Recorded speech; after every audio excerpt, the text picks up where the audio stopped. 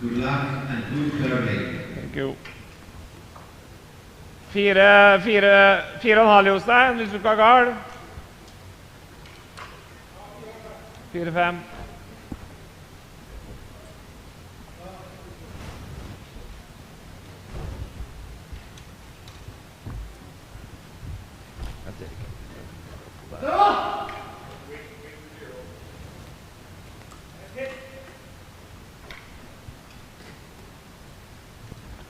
Skal jeg flytte på sensorsen hvis han går greit? Ja. Ja. So good afternoon. We're here at the World Wheelchair Curling Championships in Wetzikon in Switzerland, and today we're going to be watching the qualifying game of Team Norway versus Team Russia. My name is Orna Rettig. I'm a member of Wetzikon Club and also from English Curling. Today I'm going to be guiding us through the game. So Norway finished in place 4 in the round robin, and Russia finished in place 5. So what we have today is the 2 qualifying games. On the other sheet we have Team Canada versus Team Korea.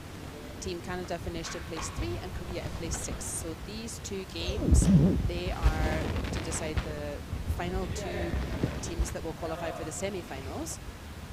Already qualified for semi-finals are Team China, who finished the round robin without a loss on 11 wins, and Team Sweden, who finished in 2nd place.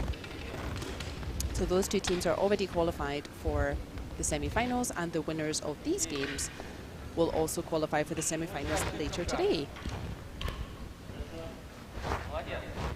So Russia won the last stone draw, so they have hammer in this first end. Russia playing yellow in the white coloured jackets, and Norway playing red in the red coloured jackets. There we can see all the qualifiers. So the capital Q, China and Sweden, they're directly through to semi-finals later on this evening. And just now we're watching Canada versus Korea and Norway versus Russia.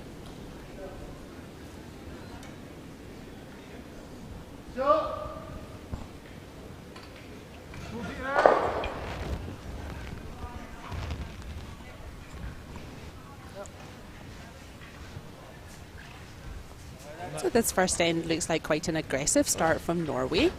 They've put out a guard out front, so they want to try to get a stone in behind that to try to force the scoring early on.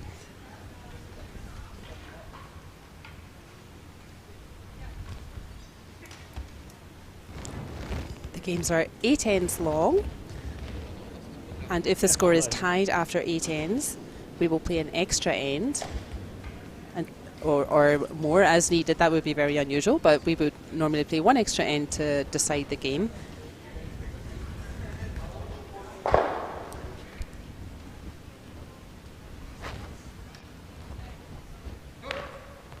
So the teams just trying to settle into the game and find their weight today, find a good T-line length.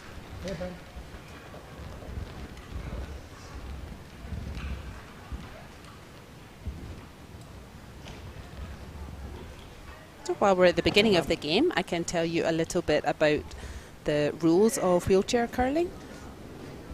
The rules are the same basically as non-wheelchair curling. The only big difference that you will already notice is that sweeping is not permitted in the wheelchair game. So oftentimes people know regular curling, non-wheelie curling, because that's that sport where you have the stones and you have the brushes, right? But in wheelchair curling there's no sweeping. And another rule in wheelchair curling is that both genders must be represented at all times in the team. So in non-wheelchair curling, we often have men's teams and ladies' teams, at least at the higher levels. And in wheelchair curling, you must have a mix of genders, so you must always have men and at least 1 man and at least 1 lady playing in the team. So wheelchair curling is really an empowering sport actually for women, because we see several women represented today. There are 2 ladies in the Canadian team. There's 1 lady in the Russian and the Norwegian team, and a lady also in the Korean team. So I think this is a good rule, that it really empowers ladies to be leaders in sports. Several of the other teams had more than one lady in their team, ladies skipping their teams, so I think that's a good rule. Another key difference, so not only do we not have sweeping in the wheelchair game, but another thing to be aware of is that in the wheelchair game, unlike in the non-wheelie game, so all of the power in wheelchair game is coming from your upper body. So in non-wheelie curling, all the power for your shots is coming from your legs, and in wheelie curling, all the power is coming from upper body. So this is quite a big difference as well. So that's the two big differences, is that you don't have anyone sweeping, so you have to be very accurate. You only, as soon as the stone has left your hand, then that's it. You don't have anyone to help with carrying it a bit further or keeping the direction a bit straighter. And also all your power is coming from the upper body. So if you imagine playing takeout after takeout only with upper body strength, this can be quite tough. So speaking of which, here comes a nice takeout from Team Russia. That's a nice result there. So they've got one hidden in behind more of a corner guard there. So Russia's looking in quite a nice position here. Building up the front of the house. Hva tenker du? Skal vi prøve å nippe den, eller skal du legge opp her? Ja, legge av frysen på den. They've moved that other red off the forefoot. So even though that back red is still counting shot, that front yellow, that's in a nice position behind the guard. That's hard for Norway to do anything about just now. So Norway, meanwhile, will continue to attack the middle to make it harder for Russia to get to the scoring area.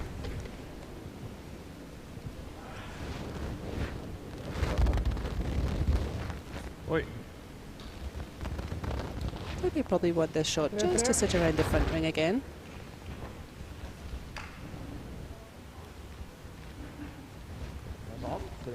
That's a wee bit long, but that's still a nice shot. So Russia can see all of that, so they will probably try the double takeout.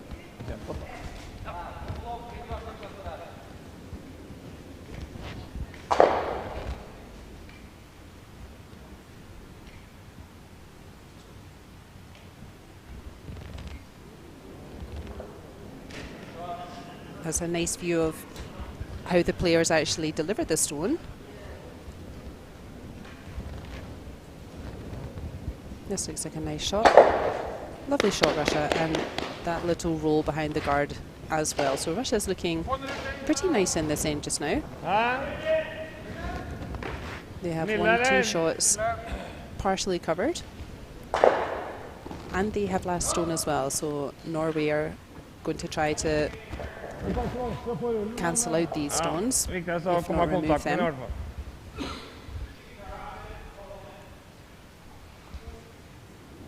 Here again you can see that all of the wheelchair players, they deliver a stone using a stick, which is conforming to the WCF policy. That stone curled a wee bit more than he was looking for, but it got the front yellow. And that's also now hidden in behind the guard pretty safely.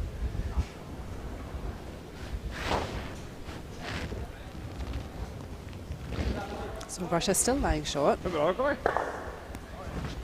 Russia with last stone, so they'll be aiming to keep the middle clear. They'll be trying to build up shots away from the middle, whereas Norway are going to try and do the opposite. Norway don't have last stone, so they will be happy to play towards the middle. So it looks like Russia are just going to try and sit up next to that Norwegian red stone.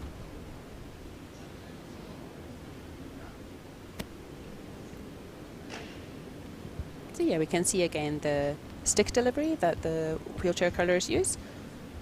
Stick technology has come on a lot. My very first exposure to wheelchair curling was many years ago, before we had sticks for delivery, when a wheelchair player would just lean over and still throw just using their arm. But now all the players in this competition, you are still allowed to use your arm, but I think it's more accurate and more consistent to use the stick delivery. Non-wheelchair players can also deliver with a stick. So if people have maybe limited mobility with their knees or so, or maybe some people with arthritis or so, problems with joints, they can also deliver with a stick as well.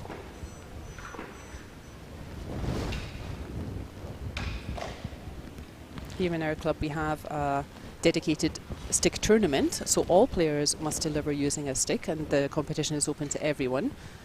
And naturally the wheelchair players tend to dominate that competition. Ja. So here's a nice shot from Norway. Oh, it could have just done with a little bit more curl, and he might have got a double there, but they're keeping the number of yellows down, so that's makes sense. Then we can see in the overhead there that yellow is still nice shot. They're a little bit more curl. They might have got that nice double. Sorry, a little bit less curl actually.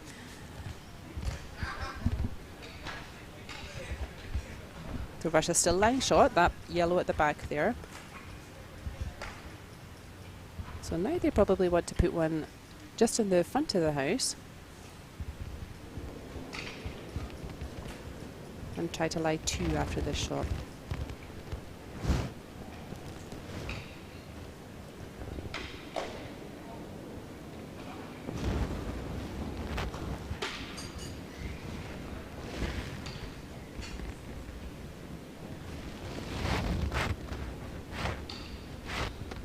It's got a bit of curling to do, but the weight looks quite good.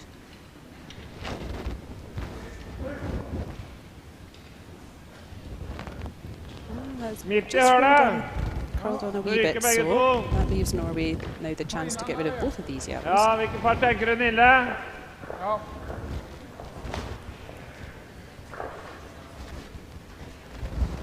Ligger helt på linje. Ligger helt på linje. Ja, den ligger 1 centimeter, 2 Remember, nedenfor. the wheelchair players don't have any sweeping, so as soon as you've released the stone, you don't have any sweepers to help you with control the weight or help you control the curl. So it is more difficult to place your stones precisely where you want them. So the wheelchair players tend to be very accurate. So this looks pretty nice. Oh, lovely shot there from Norway. That's really getting rid of the danger.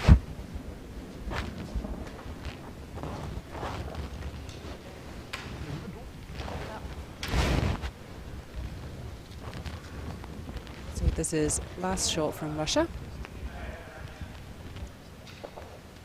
And he'll just be trying to play a similar shot to Norway. They've played this shot a couple of times already, so he'll just be travelling along that same path. And he'll want to push the red out and sit exactly where he hits it.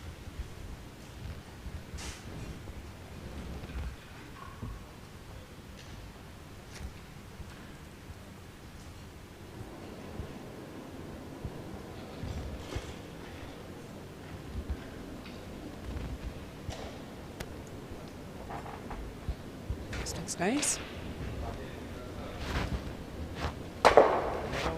Nice shot there from Russia. So they take 1 point in the first end.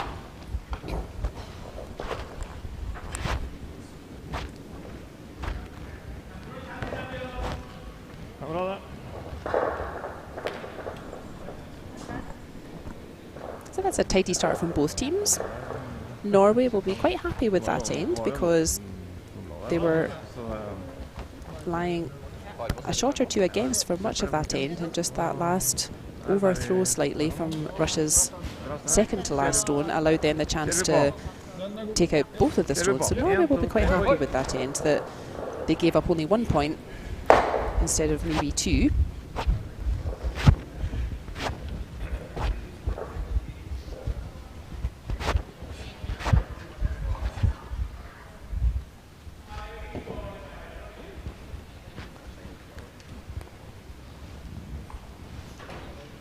So now Russia begins the second end. So in curling, if you win the previous end, then you go first, and your opponent now has last stone.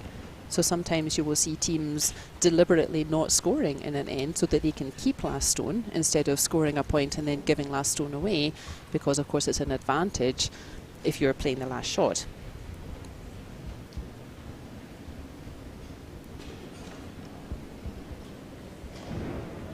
So let's see what Russia does if they play a stone directly in the rings. Or maybe going for a more conservative strategy. Oh, this one's just running on. This is the first end we've played towards the home end, so again the teams will be trying to get the hang of how fast the ice is running. The ice has been lovely all week. We've had ice makers from the WCF here at the club. So Norway aiming to go straight into the house.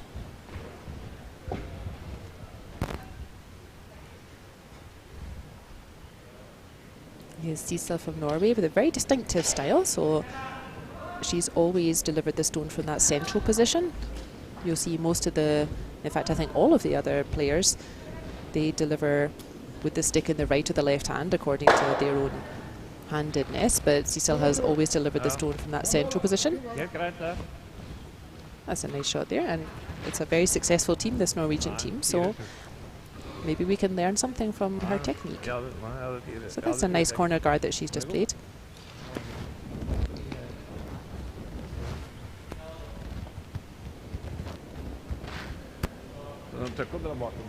Russia will again be trying to play towards the middle because they don't have last stone in this end.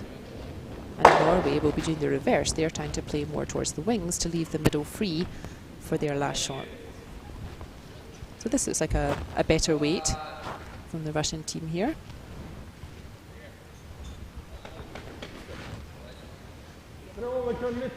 So that's a dangerous stone for Norway. That stone could be pushed forward a little bit, so they're just deciding they want to get rid of that immediately.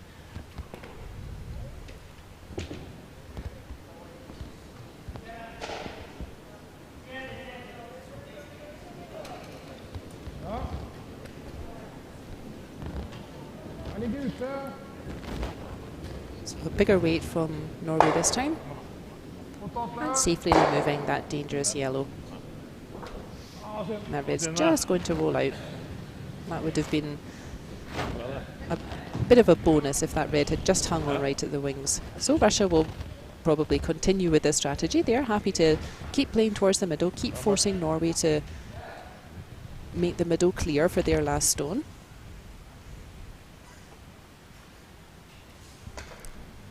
They're trying to prevent Norway from using that nice corner guard that they played with their first shot and start building stones behind that corner guard. So they're quite happy to keep playing towards the middle.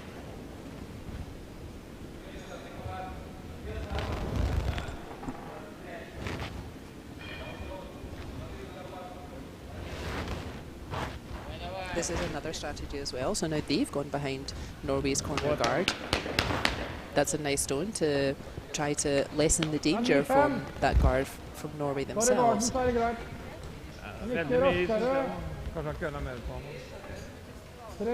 are going to follow that stone on that same path. So there we see that's the more traditional right-handed delivery with the stick delivery.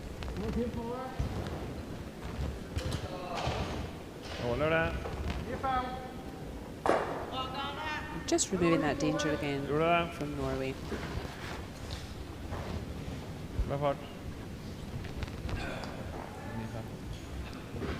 And Russia are going to play that similar shot again in behind the corner guard to try to neutralize that threat from the Norwegian stone.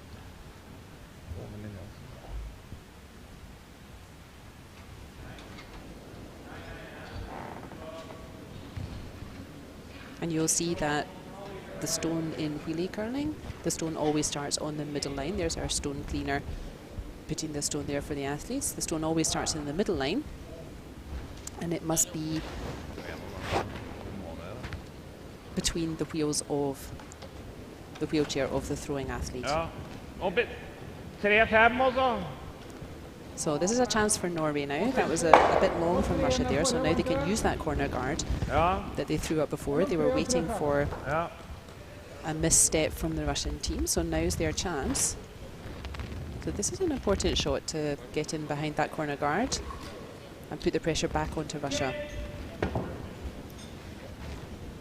So Russia have been dictating the end a bit. They had first shot and they've been the ones deciding where to play, what kind of shots to do, and now here comes a really nice shot from Norway, right in behind that corner guard.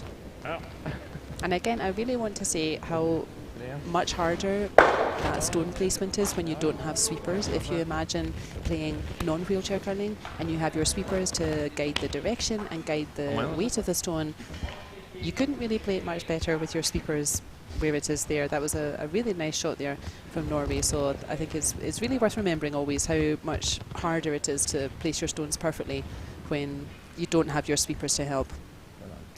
So Russia feel the same. That stone's nicely buried in behind that guard, so now they're going to take the guard off so that Norway can't put any more stones behind that dangerous guard. Yep, nice shot there from Russia, so now no more guards for Norway to hide behind.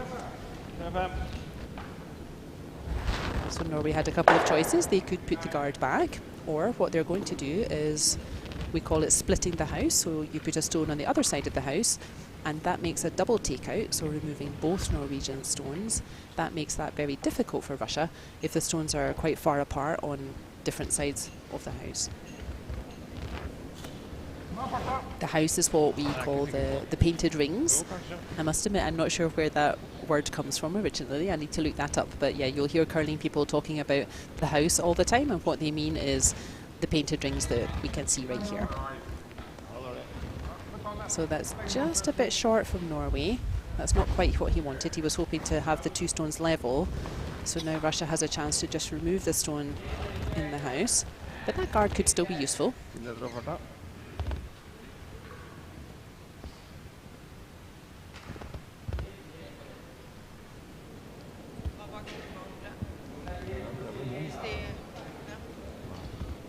I'm expecting this game will be pretty tight, just one or two mistakes here and there. Is that going to hang on? It does. That's a really nice shot from Russia, just hanging on at the edge there.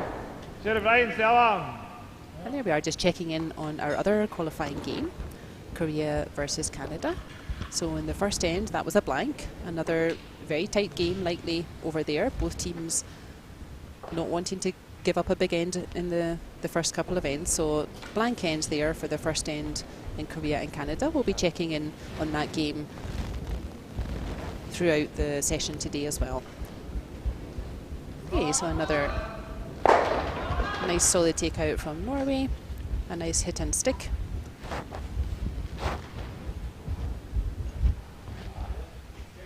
So important for Russia while they're playing this strategy. Again, Norway has last stone, Russia doesn't have last stone this end, so it's important for Russia that they keep the play over at this side. What they don't want is to hit and roll out, and then Norway has a chance to use that corner guard to hide a stone behind.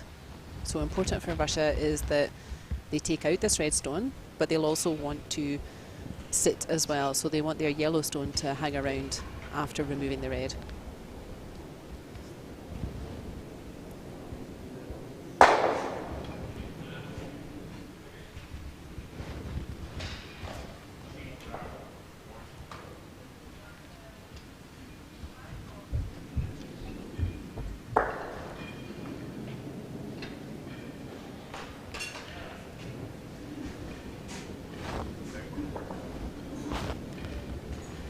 This looks nice again from Russia. Yep, a nice hit and stick again. So that's important because now Norway need to do something about that yellow. So they're going to play, I would think, some kind of shot. Yeah.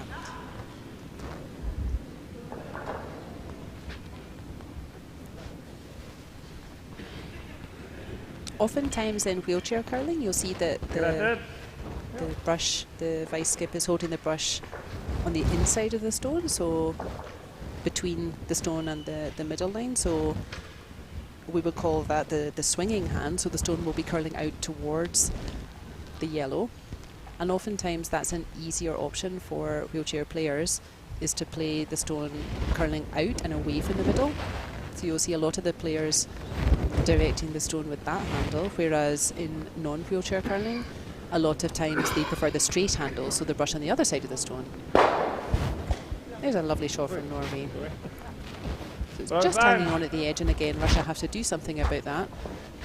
They have to remove this red so that they're not going to lose 2 points. So the same idea, the swinging hand, so the stone will be curling out towards the short stone. And it's very wide. This is, again, this is very precise stuff needed from both of these teams out there.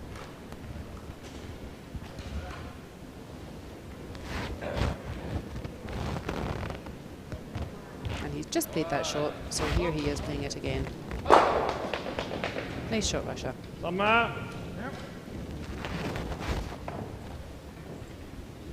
So as we mentioned, Norway currently have last stone. Now if nothing scores here, so if he hits this yellow out and his red rolls out, that will be a blank end with 0 score, and Norway will retain last stone. Now they might want to do that, so he may not want to play the exact stone he just played. Let's see.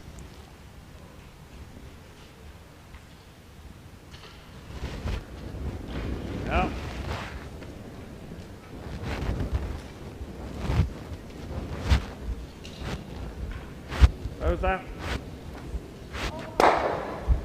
That does just hang on for 1 point. So that's 1 red.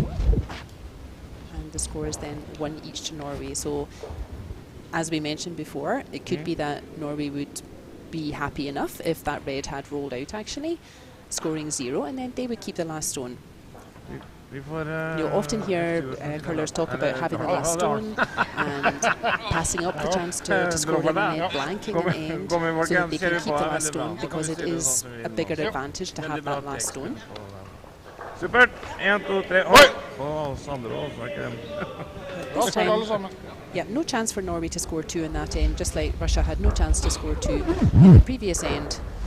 So it's a very high standard, low scoring game at the moment. So while we're setting up for this next end, we can talk a little bit about the World Wheelchair Curling Championships in general. So this competition counts towards the Paralympics in 2022 in Beijing. So I think it's the top 10 teams will qualify for the Paralympics in Beijing. So for this World Championship and next World Championship, teams will collect points according to how high they finish, and the top 10 teams will qualify for the Paralympics. So all of these teams that we see here today, Korea, Canada, Norway, Russia, and later on China and Sweden, they will collect points from this competition, and that will help to qualify them for the Paralympics. This is the 14th World Wheelchair Curling Championship. The first one was in 2002. It hasn't been played every year, but this is the 14th World Championship, and 21 countries have been represented at the World Wheelchair Curling Championships over the years.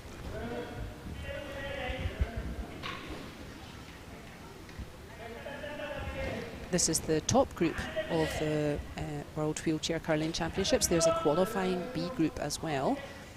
So the top 12 teams qualify for this championship, and prior to this championship there is a qualifying event for the other countries. So every year the lower placed 3 countries in the World Wheelchair Curling, they are relegated to the qualifying event for next season, and the top 3 teams from the qualifying event will qualify for the World Championship the following year. So that's a bit of a mistake there from Russia already. He just touched that stone but didn't quite move it.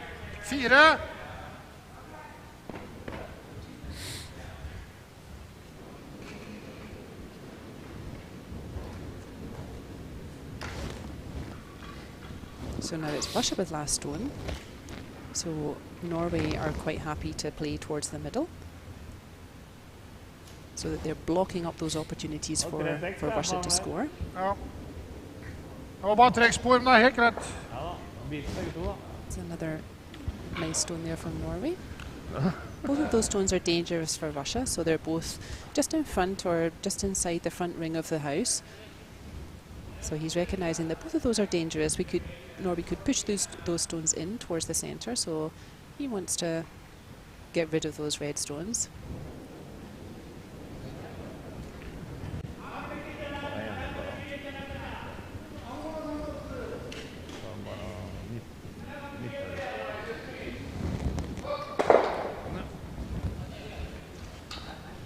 So he's got one of them. So that Norwegian stone is Det er ikke just godt in med her, the så front det er of litt the ring. tregere tydeligvis. Ja. Men hvor vil du? 3 So it blank. puts a bit of pressure on Russia, but they should be able to outscore that 3 blank. red there in the 3 front blank. rings. So now Norway wants to put a bit of pressure. They're going to try to come in behind both of those stones and get one buried in behind there to put some pressure on Russia and narrow down the scoring area. Ja. Ja.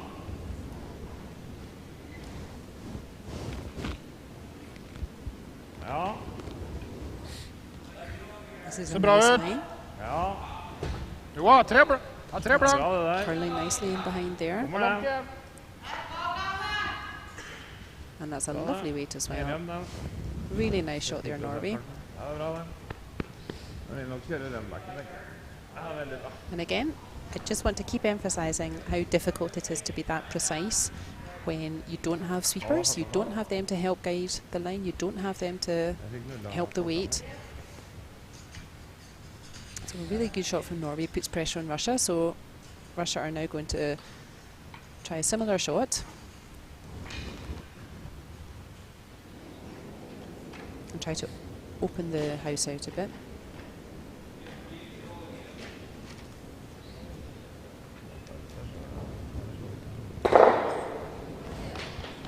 That's a really nice shot from Russia. That's a great result. So that red Farta på dragningen til Geir from Arne. Norway is Tre now open. blank. You can see Ja. it. They've got a dangerous stone there in the front ring, which Norway are now going to remove. And they also Yep. got a corner guard there on the right as we look at it. So that's a really nice result there from Russia. Det er bonus.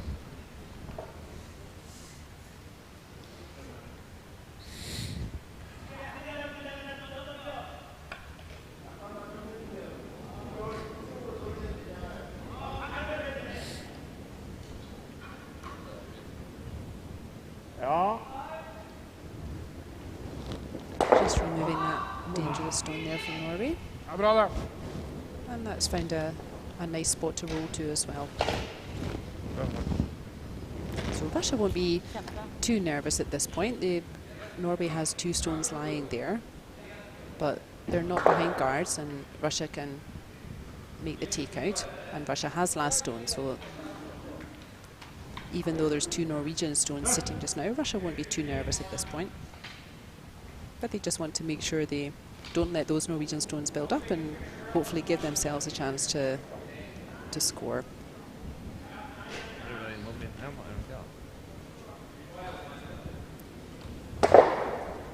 Oh, that was nearly the double. But again, that's a nice shot. Stones at the front of the house are always dangerous because you can push them up a Yep, bit, you turn her can up. try to play a race takeout. Ja. So 3-5 da, eller? millimeters Ja. Nei, close to the 4-5. double takeout Yeah. there.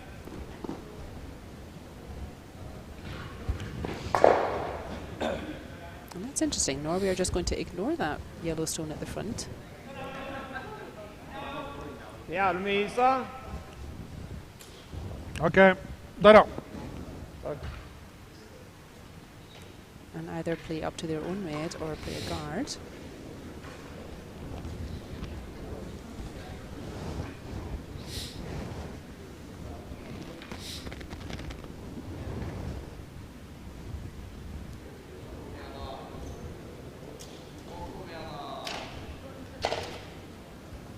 So that was a nice weight for a guard. They needed it to curl a wee bit more. But That's a nice weight. That can be a useful stone there. It's blocking the middle. And Norway can come around that guard another time. But what it did was leave this red stone open. And now Russia can see that red and they can remove it. So that was an aggressive call from Norway, just ignoring that yellow stone at the front and trying to protect their red.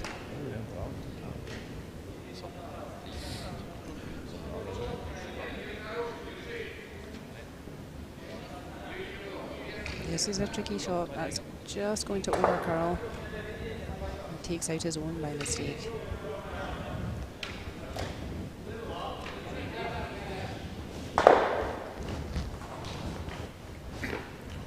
Satsa på den kula 4 fot da. Ja. Just overcurled there. Har gått bite. That was always a difficult shot. Ja, kan dra den helt ned Så er det på guard. Ja, 4 blank.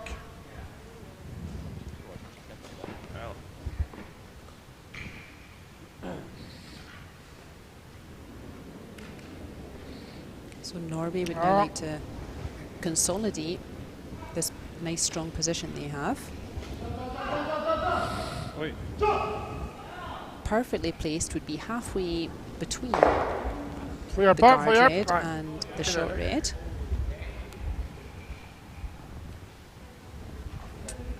I think that's just short of the rings, but Flytta haken så. again, that double guard, yeah, that's just short of the rings, but that double guard is good for Norway.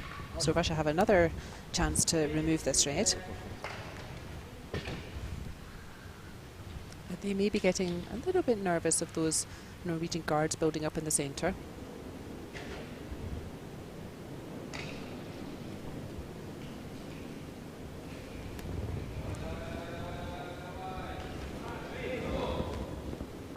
So he safely removes it. And that could be useful, that yellow. It's just hanging on at the back there for Russia. So now Norway want to decide, do they want to play very aggressive and try to come in behind their own middle guards there? Or do they want to be a bit conservative, play it safe, and it looks like they're just going to remove the Russian stone? I think that makes sense. It's still early in the game. If they decided to try to come in behind those red stones and hide a Norwegian stone there, if that didn't work and the stone was still open, Russia would have the possibility to remove that stone and then sit 2 Russian stones, and that would be quite a dangerous position for Norway. So I think this is the right call. Let's just remove the Russian stone.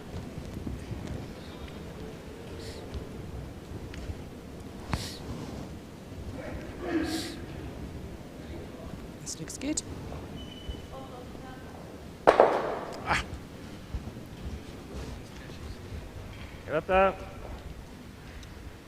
So now Russia will want to try to get to the middle before Norway can use those guards.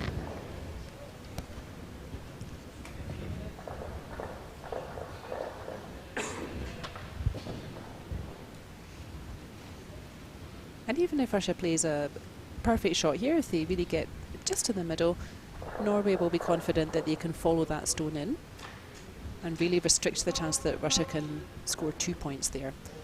So Norway won't mind too much if Russia gets a stone in behind their guards, because then they will follow it and play the same kind of shot.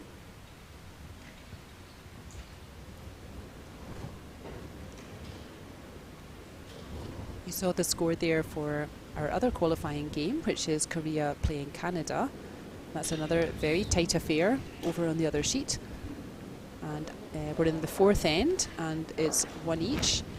Canada having last stone in the 4th end, and Korea have just put up a centre guard, so aggressive stuff.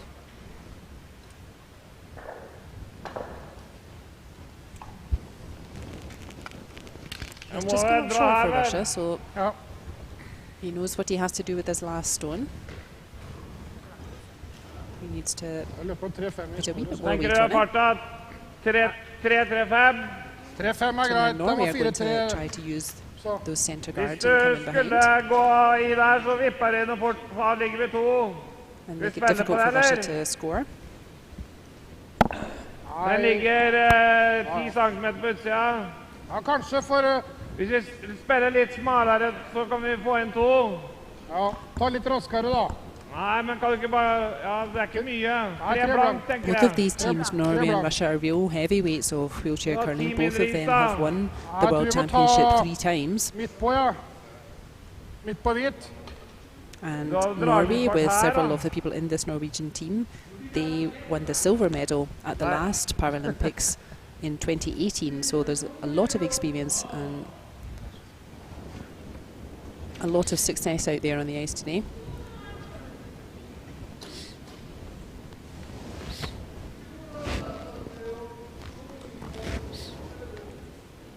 So this stone's curling a bit, but that's okay because plan B can be to exactly get a nice split there. So that really puts pressure on Russia now because I don't think there's a double take out there. So Russia are now forced to score 1.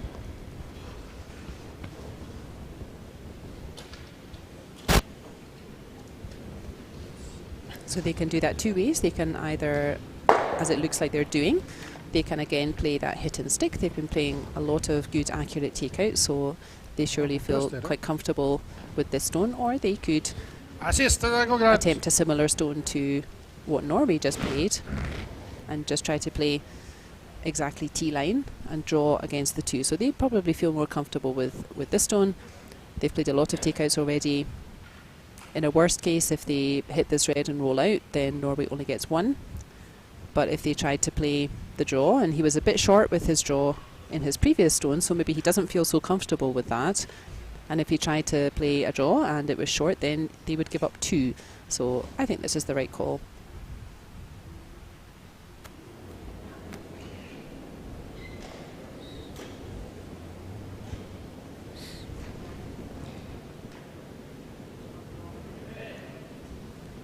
This is like a nicely played shot here from Russia, and a little roll towards the middle to score 1. That was a good pressure shot from Russia there.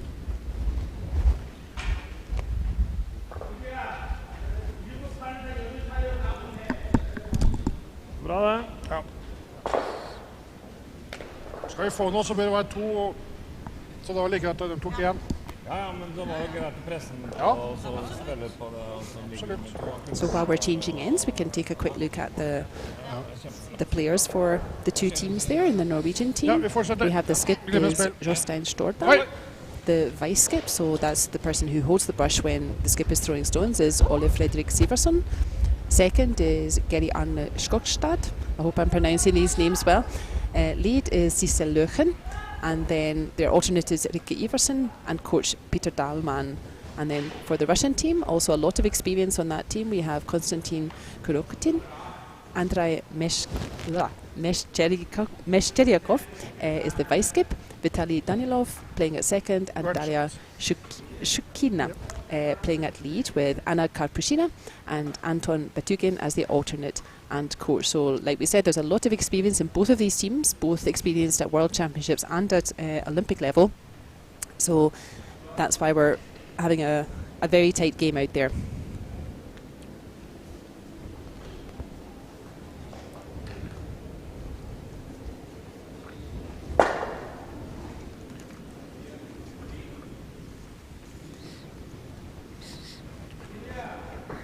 So Daria starts us off a lovely draw to the forefoot. So in this sort of situation, Norway has 2 typical shots that they might play.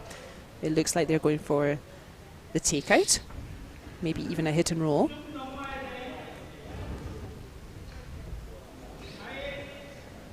The other option would be to put up a corner guard, the aggressive start, and really try to generate 2 points. Oh, that's a nice clean takeout from Sissel there.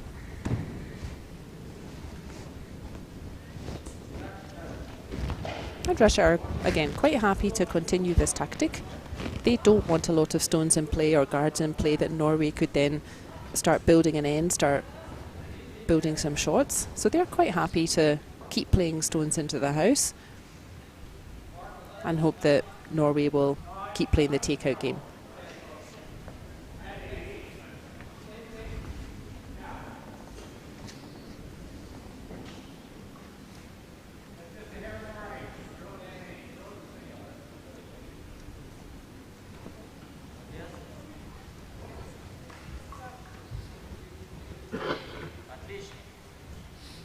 Det var 4.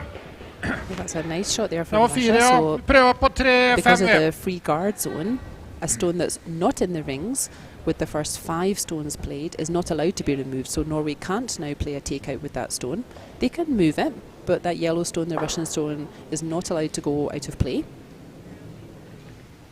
So instead, Norway are going to try to curl one stone in behind Ja, it. bra treff.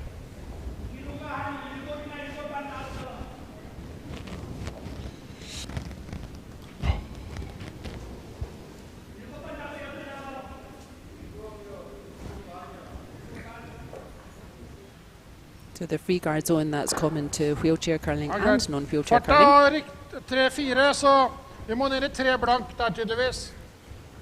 And for this Olympic cycle, we now have a 5 rock free guard zone. It used to be the first 4 rocks were not allowed to be removed from play, but now it's the first 5. And that's because teams were getting so accurate with removing guards on the 5th stone that the rule was advanced. So now 5 stones are included in the free guard zone. So that's really switched up the tactics for a lot of teams as well.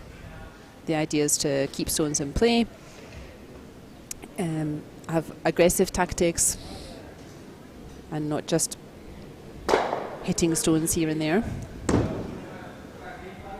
But that's a nice clean takeout from Russia. So now Norway can remove that stone. So that was the 5th stone that was just played. And this is now stone number 6 in the end is coming. So now Norway can remove this.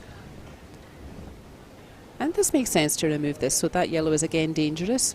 Russia could draw one in behind it, right in the middle, or they could push that stone up. They could split that stone. That's a dangerous stone for Norway. So it makes sense to remove. Ja.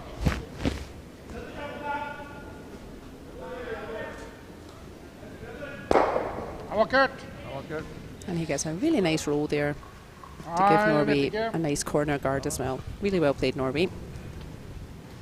And Russia says, okay, that's dangerous for us now. So they're going to follow their tactic of not letting Norway build up stones. And ideal for them would be a roll towards the middle again. Hæ?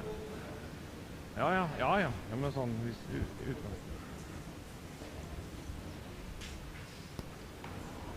Even with the free guard zone rule, you do still see ends like this from time to time. The teams just running through takeout, takeout, takeout. Yep, nice clean takeout from Russia there. But before the free guard zone, this was basically a whole game, was one team puts a stone up and Mellom 3 og then 3-5, så. the other team would hit and roll, hit and roll.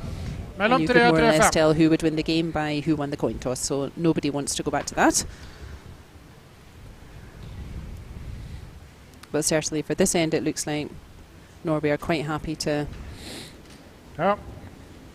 keep this end quite clean.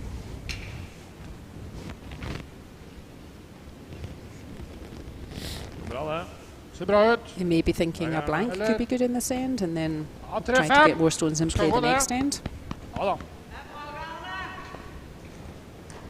At the moment, they're having some nice practice for T-line length.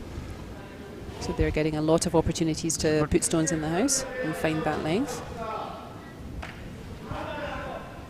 And Russia again just saying, let's just remove that. Not let Norway build. We won't let Norway build up stones.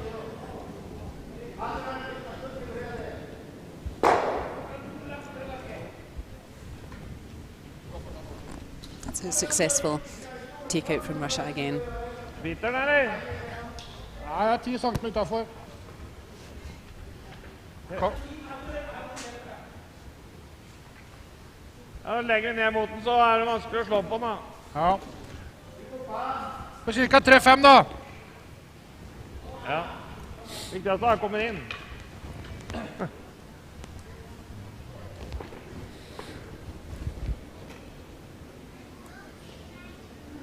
So Norway now deciding to maybe use that Russian stone that was left in play. Draw towards it. And if they can really get a stone in behind that, it would be 2-4. difficult for Russia to remove, but that's just running on a bit, that's not going to stop.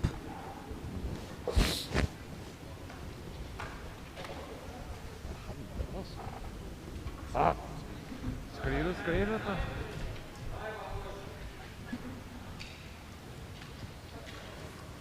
So now Russia are happy to continue playing towards the middle.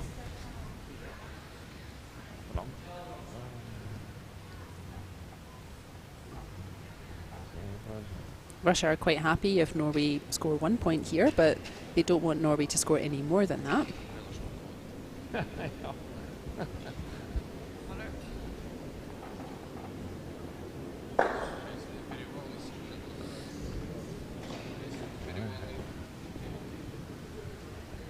There's a nice weight again from Russia.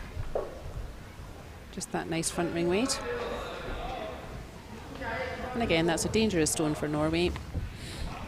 Lille. Vi må rulle av. Ja, men viktigst er å They kontakte want med to hit and merket. roll. What they don't want Bonusen er is to å... hit and stay, Ja. so they don't want to hit that yellow right on the Vi nose bør helst flytte oss enten den veien and eller den stick, veien. because that would leave a guard that Russia could then use in the middle. So it's important when they remove this stone that Norway rolls away from the middle as 8-5 well. du. 5.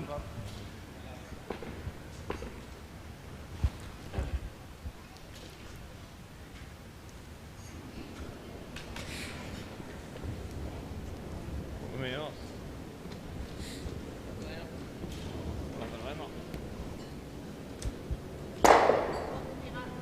Just like that.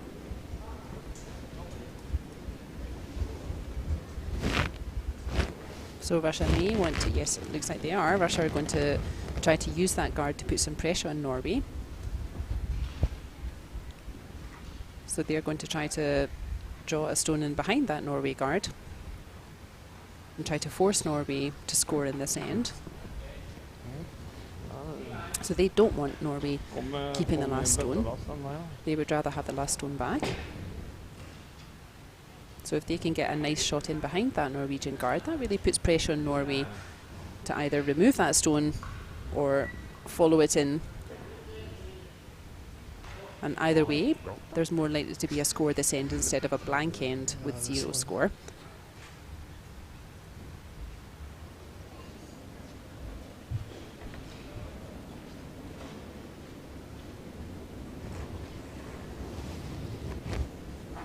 And he was a little bit short with the last time he played a draw, Det er langt ut i hvert fall.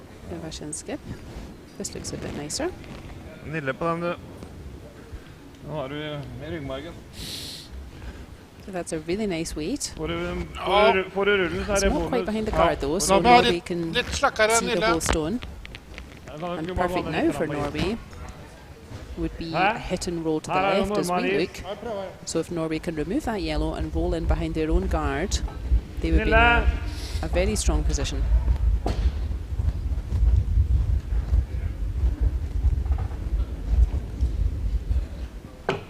Fikk en liten sjanse her. Det er blank.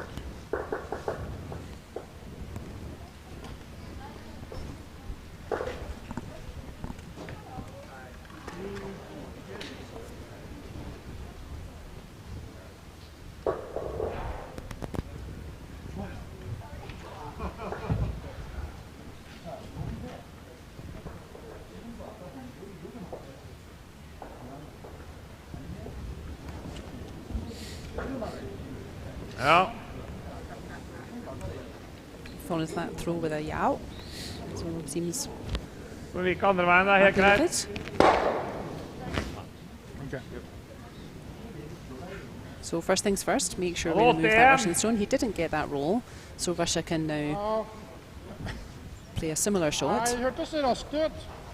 Again, 8-6 there, perfect for men. Russia would be to remove that Norwegian stone and then roll just to the left as we're looking at it, and that would really put pressure on Norway, that they would then have to come up with a good shot to either score one or remove a Russian stone.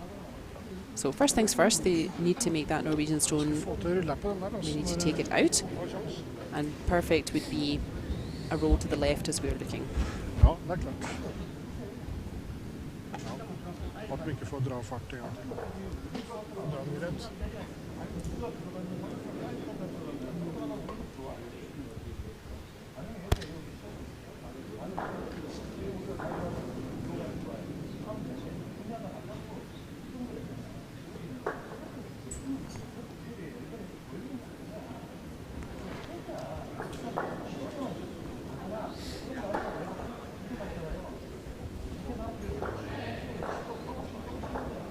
That's curling more than a Norwegian stone, so it does get the roll, but it's going to roll too far. Da kan vi So splitte now om. Norway has the choice. Norway can either Eller skal vi stemme igjennom? Nei, prøv å splitte igjen. score 1 point just by putting a stone in the rings, or what they may decide to do, they looks like they may be looking at a split, Ja, om so trying to hvis du push trenger that noe red til, så in bare vikker du and dit. roll in themselves Vi to prøver, Ole, bare score sett 2, opp kosten, du. Ja, hvor? or they may decide to just throw the stone through, Jeg må litt mindre. and thereby they will keep last stone after half Sorry, time kid. when we come back in end 5. Ja, godt lyst. Ta litt til, Ole. Ja, det var det.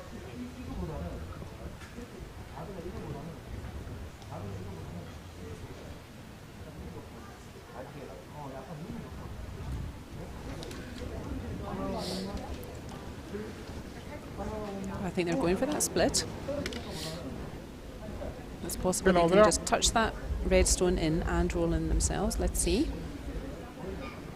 Ja, du It's kan definitely få going to push styring the fra red in, gulvet der, skjønner du. but I think it's curled a bit too much. Ja, vær forsiktig. So a score of 1 there for Norway. So very Hadde du tight trukket game. de der, da du They're now faktisk going tatt fra andre to siden. have 5 minutes rest, or 8 minutes rest for half time. Fjerde nå. So you can see the ice crew Kjører. just make sure the ice is still clean. They give the ice a bit of a, It's brush okay, there. we sit. Hello? and the teams come It's off, okay, have a we bit come of a here. discussion with their The coach, with break. their alternate. Yeah, thank you. Very tight affair Hva spør jeg først? To Skal ikke vi each. ha noe to gærlig? Norway and to Russia in our other game today in Korea playing Canada. They're also off the ice for a half-time break just now, and that score is 2-1 to Korea. So there was a blank in the first end. Canada scored 1 in the second end. Korea scored 1 in the third end, and then Korea stole 1. So that means they scored against they scored without having last stone. So it's 2-1 to Korea going into the fifth end. Canada with last stone. So while the teams are off for half time, we can talk a little bit about wheelchair curling in general. So curling is already a very inclusive sport, so new people can join a game very quickly, just with an hour or two's instruction. Somebody could take part in a game and have a nice time. Indeed, at this club at Wetzikon, we have a tournament every year where you're encouraged to bring your non-curling friends just once a year so that they can enjoy a curling tournament as well. You have a couple of training sessions so that they're at least safe on the ice and start to get the hang of it. So curling is already very inclusive for new people, and it's inclusive for new people who are non-wheelchair users and also for wheelchair users, because it's totally normal and it's totally fine. It's easy that at the club level you can play with your wheelchair using colleagues. You can have them in your team, or you can play against a wheelchair team.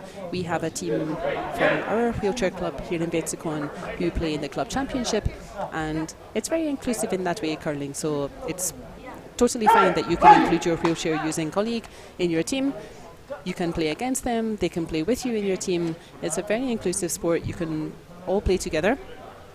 So younger players and older players typically can play together, and it's normal for parents and children to play, and it's totally normal for your wheelchair using colleague to play as well. Most clubs we'd have some kind of program for wheelchair curling. So if you did want to try curling, either if you're a wheelchair user or not wheelchair user, definitely most clubs these days would have some kind of access program for wheelchair users. So do get in touch with your club. You don't have to, there doesn't have to be other wheelchair users at your club. You can just go ahead and join in. You can see that these players, all you need is is a stick, and most of the clubs would be able to help you with that. And then you can go right ahead and play with the rest of the club, either wheelchair users or not. So wheelchair curling is very accessible, and it's particularly accessible that all curlers can play together, young and old, wheelie user and not. It's a very inclusive sport, so yeah, don't feel like you would need a whole team of wheelchair curlers if you wanted to get into curling. You don't. You can go ahead with your non-wheelie friends and join a team there. And as we mentioned before, our club here in Wetzikon, we have a stick players tournament. So it doesn't have to be wheelchair users, can be non-wheelies as well, but all players must use a stick. So yeah, the clubs have many opportunities to get involved if you're a wheelchair user, and tournaments that the wheelchair users tend to dominate because they're very proficient with delivery with the stick.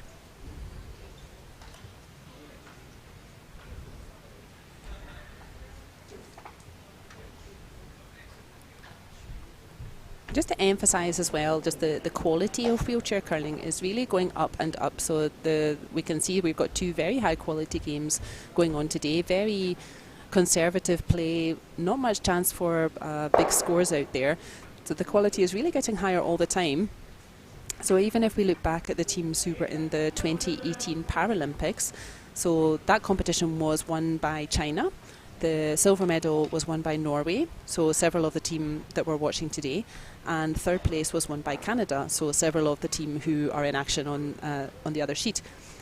Now that was in 2018, and also qualifying for that competition were Finland, Germany and the US, who are not here at this competition because they are in the qualifying group. So it just really shows you how strong wheelchair curling is getting. The quality gets higher every year.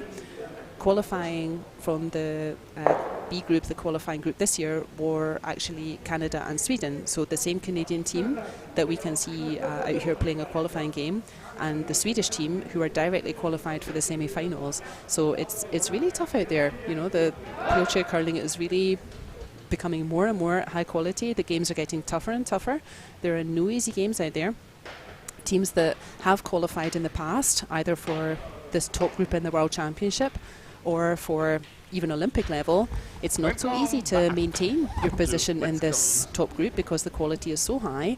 The games are very tight. The games are, there's no easy games. All the points are difficult. So yeah, even teams that have previously qualified, have previously been in the top group for a few years, it's tough to maintain your position. It's tough to win that qualifying competition and get back to the top group again.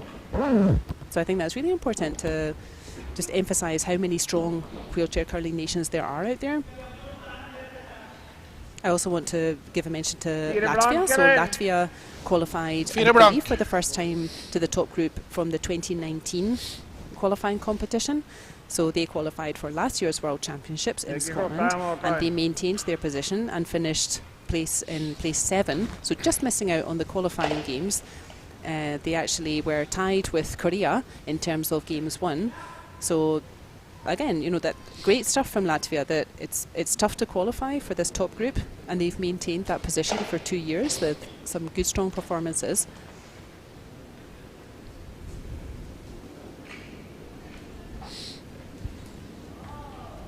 So speaking of good quality curling, our teams are back on, starting end 5.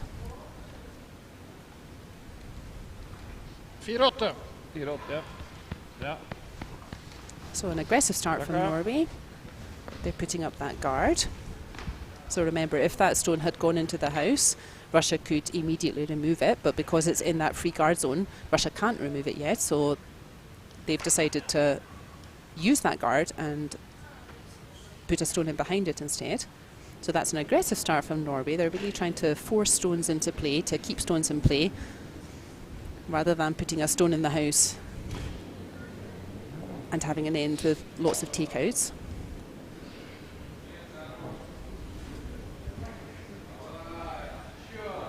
This looks like a nice shot from Russia.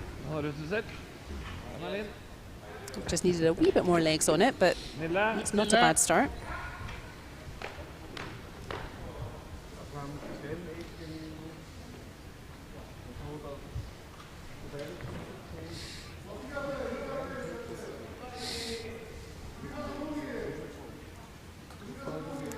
So that stone's in the house. Norway can see it all. Ja.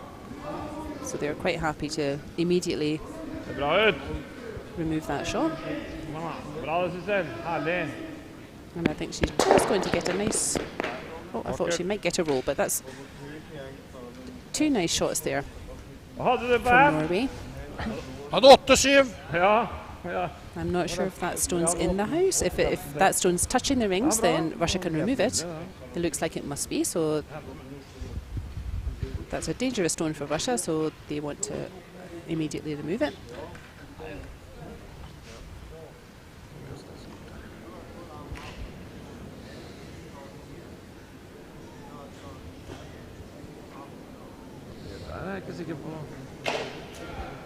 This looks nice. And safely removed, but Norway still have that original centre guard, that guard right in the middle that they put first, so they want to get a stone in behind it, and then that really puts pressure on Russia. So Russia have the last shot. So Russia will want to try to score this end. But if Norway gets a nice stone in behind here, then they'll have a stone close to the middle, and they'll have that red guard right in front, so that will really put pressure on Russia to try to score from there.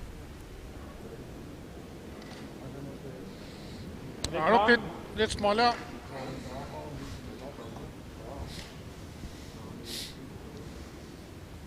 So it's like a nice line.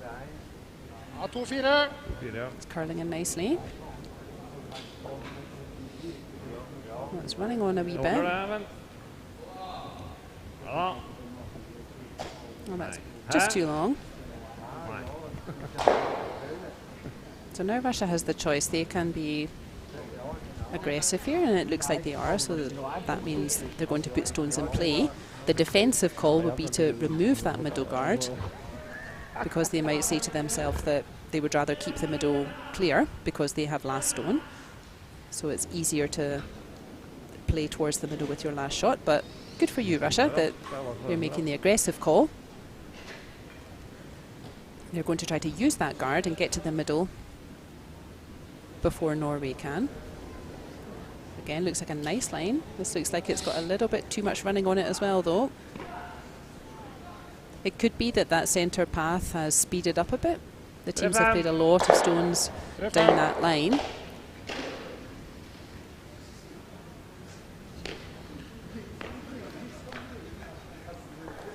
And also in the fifth end, you've just come on from a break, so it can take a stone or two to just find the length well again. So this stone is definitely not as fast as the first one, but I think for that reason it might overcurl.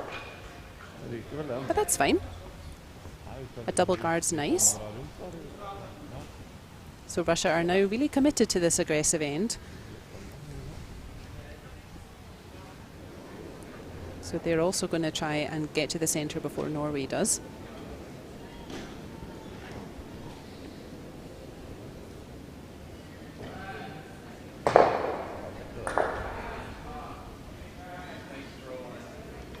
So again, they'll want to take a little bit of weight off compared with the previous shot, which they have, and they've had exactly the same result as Norway. So they've taken a wee bit too much weight off, and it just curled into the guards there. So now that handle, the clockwise handle, is getting a little bit blocked on that side, so Norway have said, okay, let's come in the other handle, the counterclockwise handle. And they're still trying to get one as near the middle as they can, behind all those nice guards.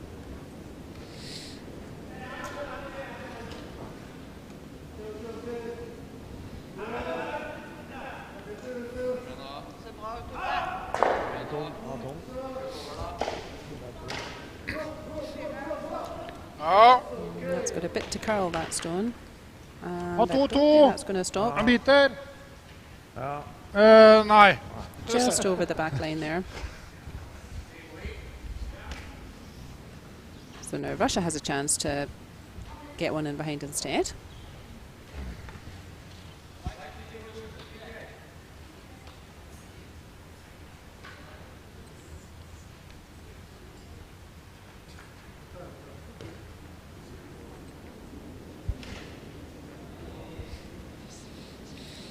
So remember, the winners of these games will go on to play China and Sweden later on this evening. So China and Sweden already directly qualified for the semi-finals. They finished first and second respectively. This is a bit better from Russia. It's still behind T though. So Norway can follow that, and they have that yellow stone as a catcher. So yes, the winners, the two winners on these two games will go on to play China and Sweden later on this evening. And the two losers from these games, they will be eliminated from the competition. So big stakes out there. Ja, jeg må se hvordan stopper den først. Ja. 2-8. Oh, Norway, that needed a bit more curl. Ikke dette, men... Because what that's done is it just touched the Russian stone a little bit further behind the guards. Nei. Made it a bit harder for themselves. So Russia's aggressive strategy is paying off so far. So now they really want to consolidate that with another stone just ahead of the tee line.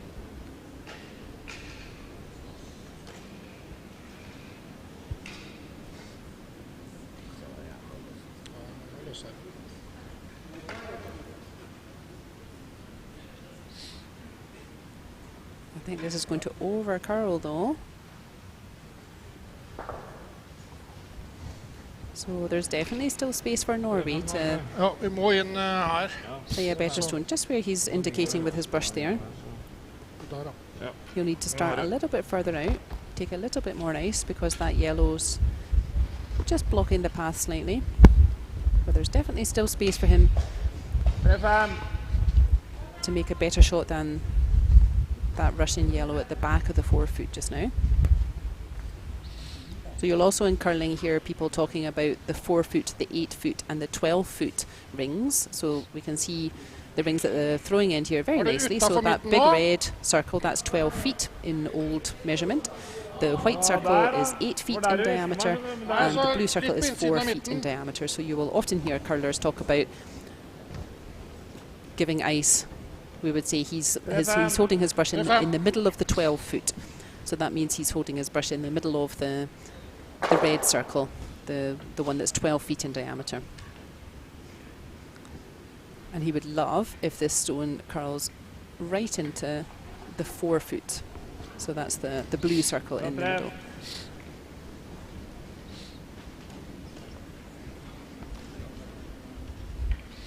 Det bra ut. This is a good effort. Ja. This looks pretty nice. Ja. Oh, lovely shot there, Norway. Really nice shot. So that's Russia can still follow that stone, but it's hard now to remove that Norwegian stone. In fact, yes, from this angle, I don't think they can remove that Norwegian stone. So that's a great shot from Norway, just to cancel out that Russian stone that was at the back of the 4 foot, the blue circle, as we can see it there. So Russia now wants to Her kan bare legge seg opp og bytte. play the same kind of shot as Norway there.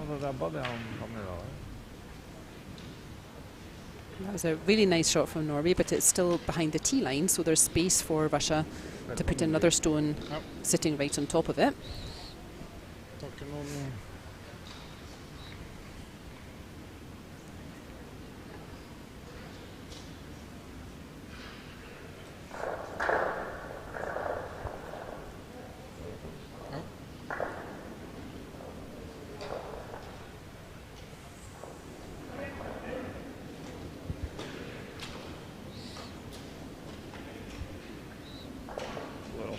Så veldig raskt. This is a way to curl. Det er så bra, akkurat det samme. I think he's a bit heavy.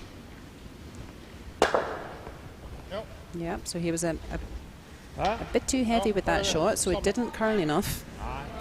The faster a stone's travelling, the less it will curl. So that stone just didn't quite curl enough, so Norway has a great chance now Blir det galt som en akkurat samme farthus that her. they can get to that place first. And even if this stone's a little bit short, that will make Russia's life very difficult. So you can see he's taking very similar ice to his previous throw. He's just played this shot, so he should feel comfortable playing this line and weight again. And if he really plays the same shot, if he can get to the face of his first shot, then Norway will lie 2 and Russia will have a very difficult shot to score.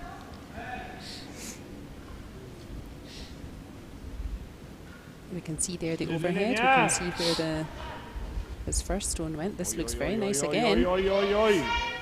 This looks very nice again. Look at this for a shot.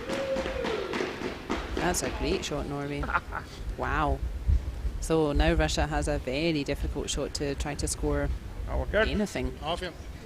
Norway are lying 2 behind cover.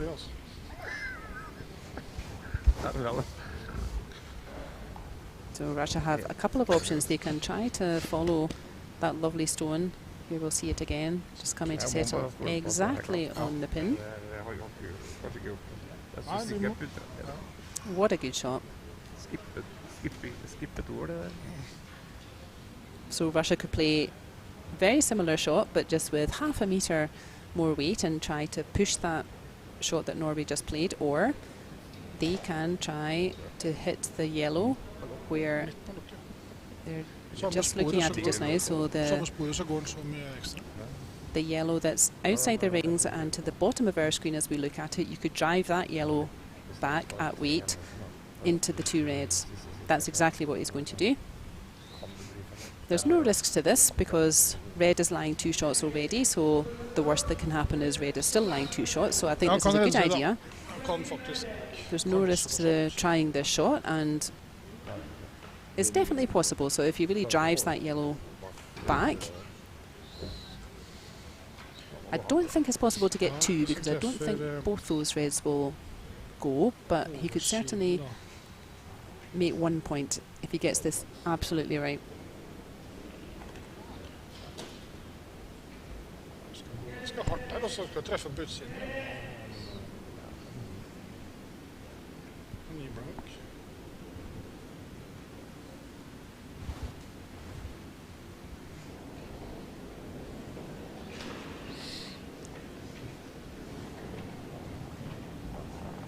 He's not far off. He is not far off. Oh, a little bit more curl, and he might have got to those reds. So that's a big seal of 2 for Norway.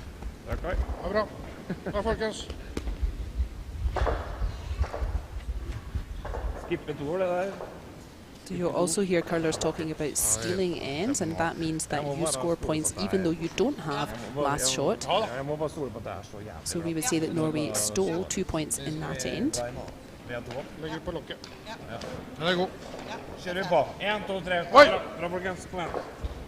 So he'll be very happy with how that end went. It looked for a couple of stones like Russia's commitment to the aggressive end, so to put stones behind the guards rather than removing the guards.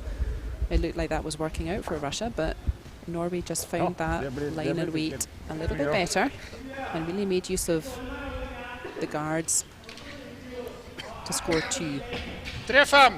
So we're still having a very tight game.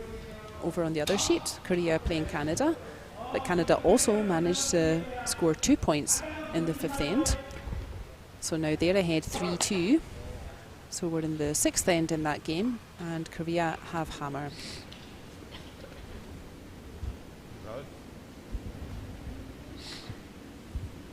The two winners of these games playing the semi-finals tonight against China and Sweden, and the losers of these games, their competition is over. So a lot at stake. And that's the perfect start from Norway. So Norway are plus 2 points. They don't want to give Russia any chance to start building points, to start building stones in the house. So they want to keep all the stones in the house. They want to keep things clean. They don't want guards in front that Russia could then come behind. So that's a perfect start from Norway.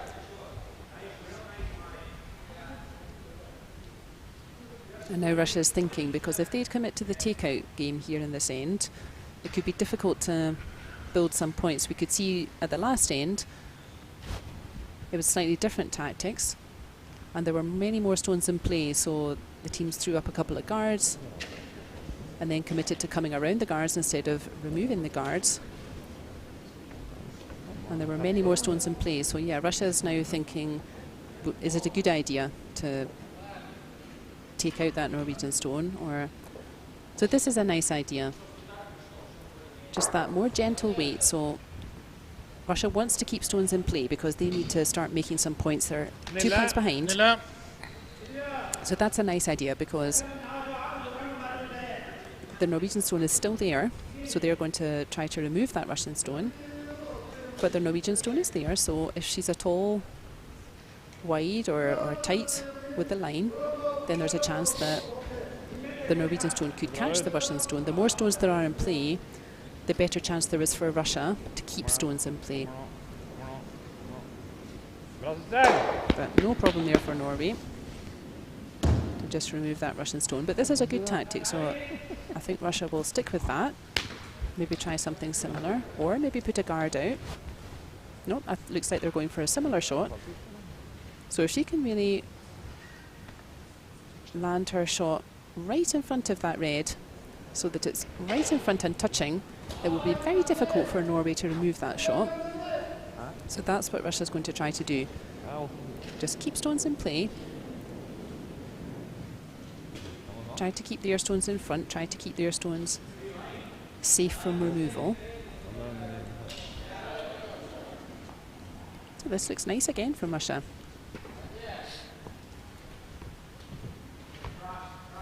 Yep, good effort. So now you can see that that red is almost directly behind. So that's always a bit more intimidating to remove, because there's always a chance that if you're a wee bit inaccurate, then that red stone might be catching that yellow. And that's what Russia are looking for. Ja, litt trang. Det går bra. Ja. Går bra det der. Again, no problem for Norway. But he has left that red there as a corner guard. So that's something Russia can use. Litt hard. Bra det. Bite var det så stein. Tror ikke det. So important for Russia is to keep their stones in play now. So they may want to remove this Norwegian stone, but important is that this yellow stone, their shooter, stays in play as well. So he's not throwing it as hard as maybe normal.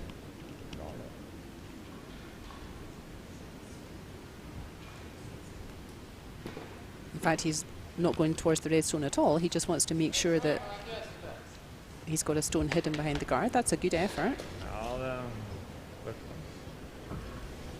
Nille. Nille.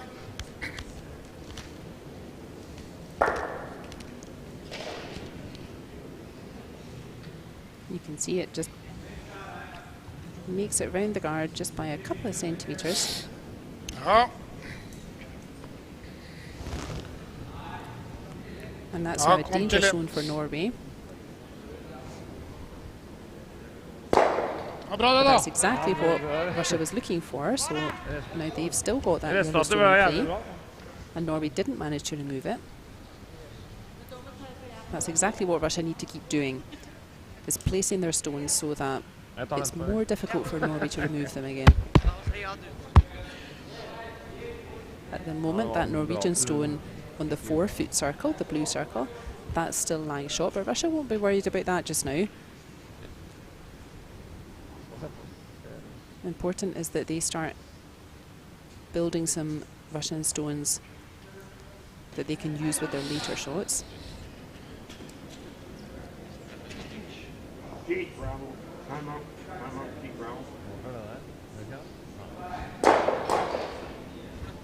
Now that is a nice double takeout from Russia, but they won't be too happy with that, because now Norway can simply remove that Russian stone and make it hard for Russia to have a big score in this end.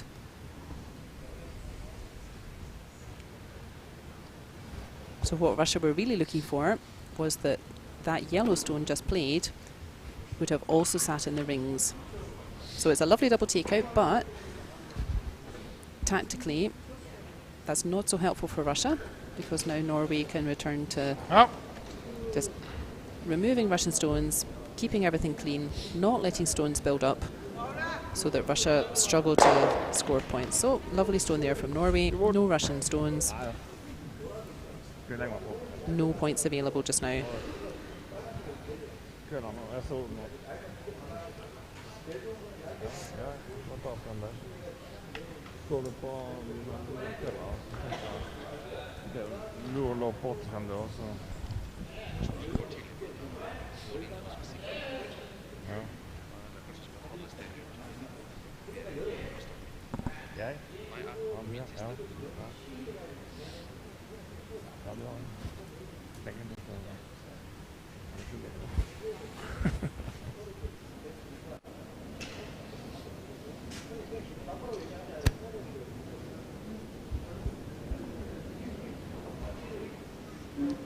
So it looks like Russia are again, going for that takeout. Important that they hang around and hope that Norway makes a mistake. The other option there was to really try to use that front red Norwegian stone almost as a guard and try and sneak in behind it.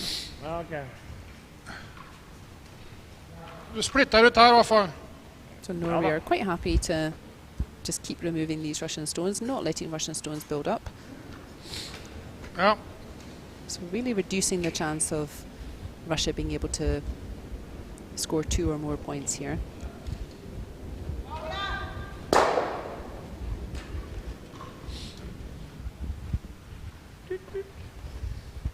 So again, Russia have the same choice here, so that stone's a little bit further forward. It may just be touching the house, but yeah, now he's said, okay, they've left us a bit of a guard, so let's try to use that. Let's try to tuck a Russian stone in just behind that guard, put pressure on Norway.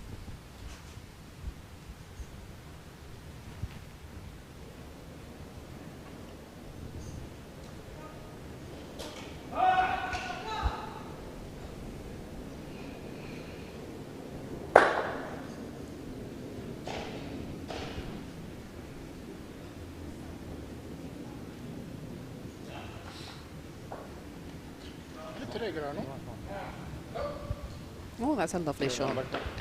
Great shot, Russia. So that's now very difficult for Norway to remove. That's exactly the half chance that Russia were hoping for. They've made great use of it, so they've really tucked one. It's buried in behind that red. That's very difficult for Norway to see and or remove. So Norway have a couple of choices again. There we see that yellow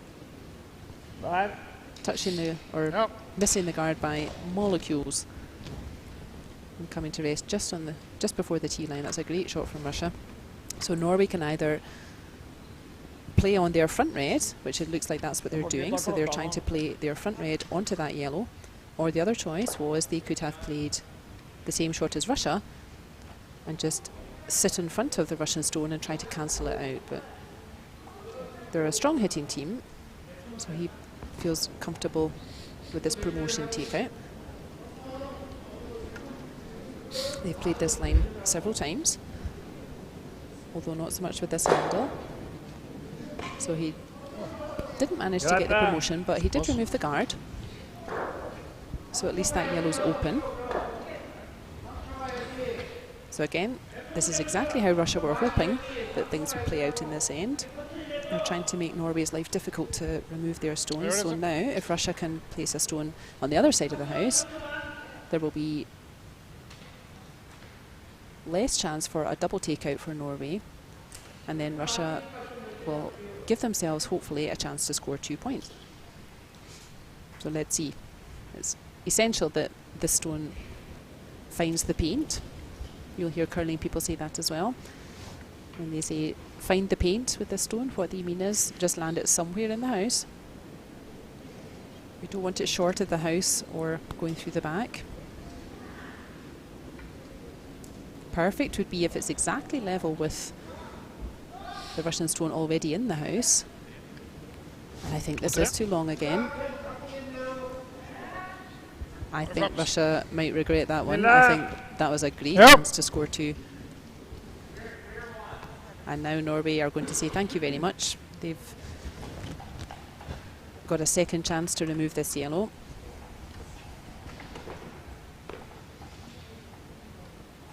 And Russia are starting to run out of ends to score here.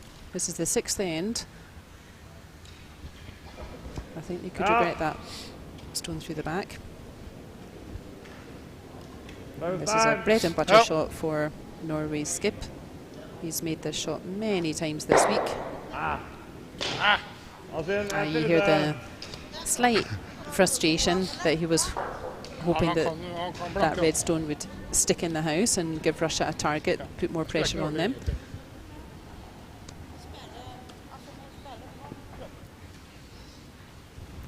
So again, Russia has a couple of options here. Sometimes you would see teams just throwing a takeout weight to make sure that the end is blank, that 0 score, because they want to keep last stone. But it looks like Russia are saying to themselves, well, we've only got a couple of ends left after this, so it might be wise to get 1 point here and then at least reduce that deficit to 1 point instead of 2. So he knew he was a bit too long with his previous shot, so he should have a better feeling for the weight here. This looks better. Yep, no trouble there. 1 point to Russia.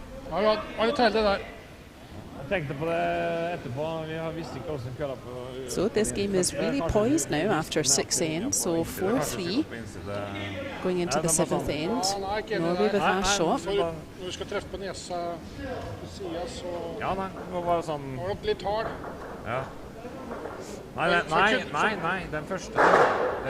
So the teams will be having a short discussion now between the pause between the ends and what Norway will be discussing, and Russia as well. So Russia have no choice. Russia have to try to score in 7, and realistically they will be saying let's try to score 1 point. If they have a chance for more without last shot, that could be unusual. But yeah, Russia will be trying to score 1 point without last shot in this end and trying to do exactly the same in end 8. So try to score 1 this end and 1 in end 8. Whereas Norway,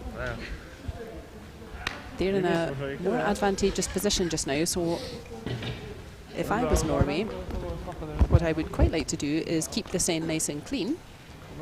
I would be quite happy to have a blank end here, so no score. And then I would quite like it if the situation was 4-3 to Norway. Norway have the last shot going into the 8th end. So you'll see 2 very different strategies here. Norway would probably like to blank this end or at least keep it clean. And Russia will be trying to do the opposite. Russia need to score in this end, so they will be trying to keep stones in play. So they will want this first stone as a guard. And they've played that really nicely. Now Norway can't remove that guard, remember. So they're just going to move the play over to the wings here.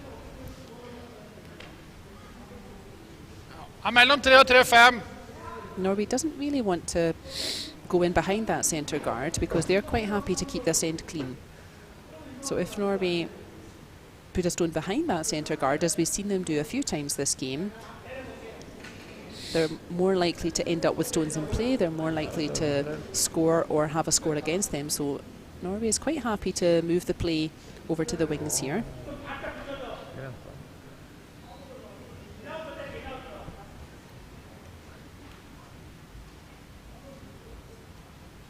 Oh, is it going to make it? Oh, that's unlucky, Norway. Because you can see that if we were playing towards the middle, that was front ring weight. But because we're playing towards the sides of the house there, didn't quite make it into the rings. So now Russia will try to play towards the middle. Try to go either in behind their guard, or a second guard would also be good for them.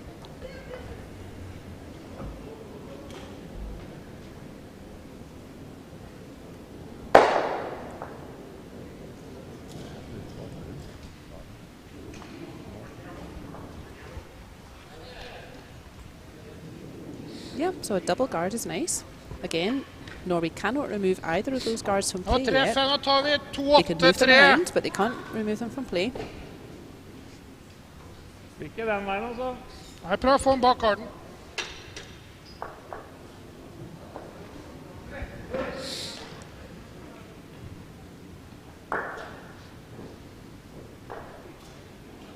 So now Norway still keeping the play more to the wings. They're quite happy to stay away from the middle.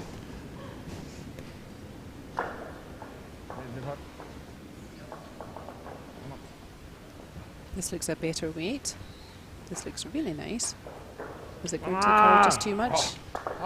Just a little, but that's a nice stone there. Because now Russia have to again make a decision. Do they want to commit to the aggressive end? Yes, they do, and come in behind those guards. But that Norwegian stone is still counting. But Russia really have to score this end. They can't afford to let Norway get any further ahead. So this is the right call. Just ignore that Norwegian stone and try to control the middle. Make Norway's life hard to remove their stones or score themselves.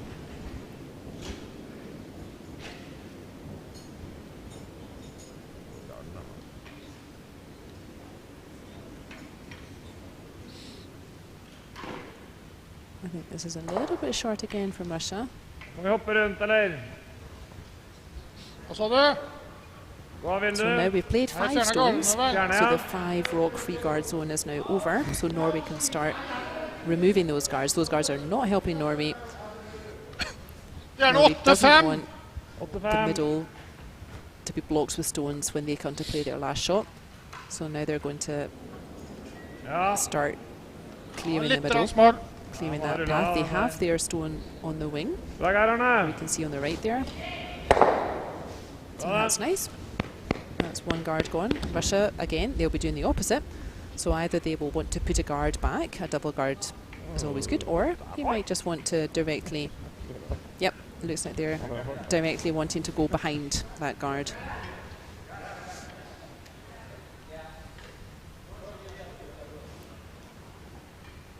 In our Korea-Canada game, they're also now in their 7th end, and that was a steal of 1 to Korea in the 6th end. There we are. So, sorry, no, a steal of 1 to Canada in the 6th end. So Canada now lead 4-2 in the 7th end.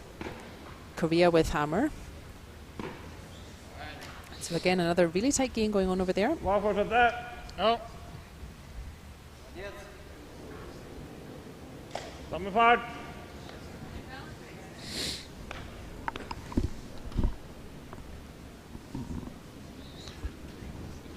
Vi skal truffe der.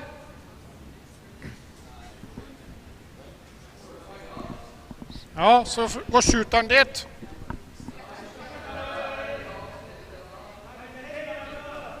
En til. Ja, jeg tror det går rett der, men det blir bare jam hvis du tar den der. I think you're wise to do this, Norway. Yep. I Samme think you've got fartslyst your da. insurance shot over there on the wing, on the right as we see it. I think you're exactly right to just take away Russia's opportunity to score. Just keep trying to remove those guards. Don't give Russia the chance to Vi tar score. den første først, Geir.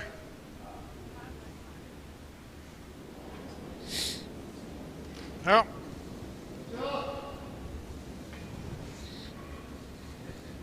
So he's definitely got one. I'm not sure it'll come enough to get the double now. Ooh, that's a bit of a mistake, but I don't think that yellow is in the house. So that's a pity that removed that nice winger over there. Here we can see just jammed it in that funny angle, but the yellow's not in the house, so that's not a disaster. And that's removed one of the guards. So Russia's not interested in those guards on the wings. Russia really has to try to get to the centre before Norway does, to put pressure on Norway. So this again looks like it's just going to overcurl. They're not quite finding that line up the middle there, Russia. And again, Norway will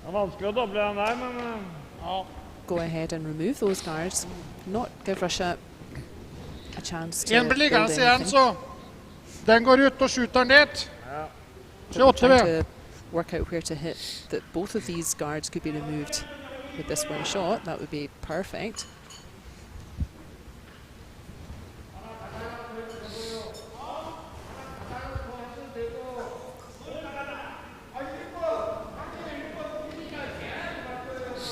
Ja.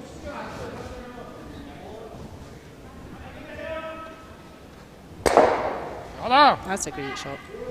Lovely stone, Norway. So he hasn't completely removed the guards, but he's moved it off the centre line. So now Norway has more space to play with. This is exactly the kind of tactics, the kind of end you would see in non-wheelie curling as well. And again, I think it's really worth mentioning, so all of these takeouts that all of these teams are playing, double takeouts, removing these guards at peel weight, all of that strength is coming from upper body. And also, they don't have sweepers, so I think it's really worth mentioning again how accurate these players are and the great upper body strength they have to play takeout after takeout, peel after peel, all with upper body strength and without your sweepers.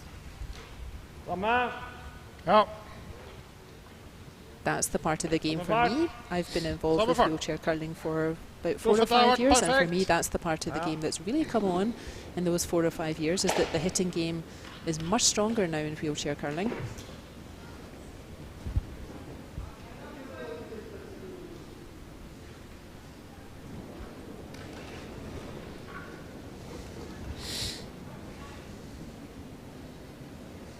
And this looks like a great shot.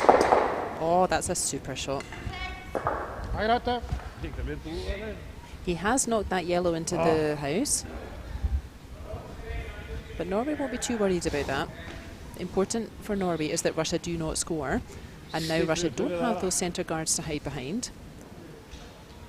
So again, there's a lot of stones out front. There's a lot of stones in play. That yellow does spin into the house, but Norway won't be very worried. Important is that they can see that yellow, it's not hidden, and the middle is open.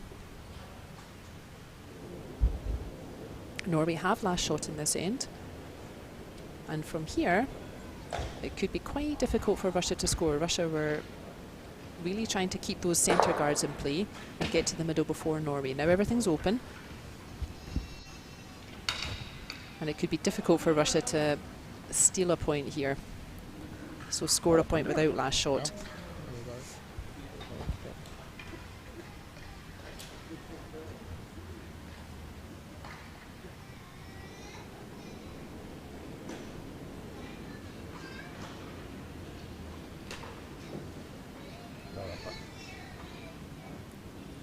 But they're still trying to put pressure on Norway.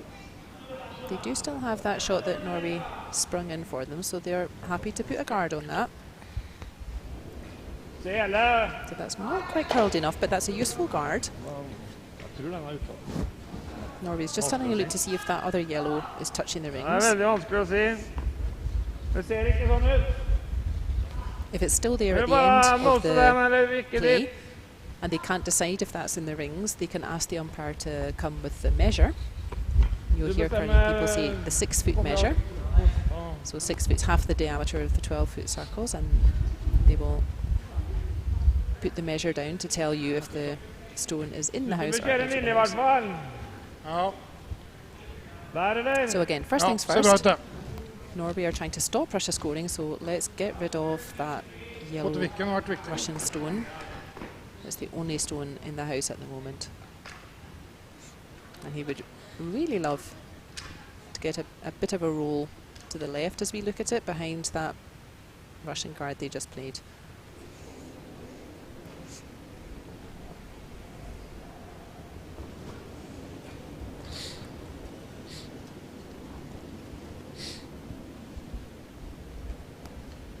This looks nice and accurate again. Lovely shot, Norway. Really nice. So Russia can still see that red shot. Yep, they can see it. They can hit it out.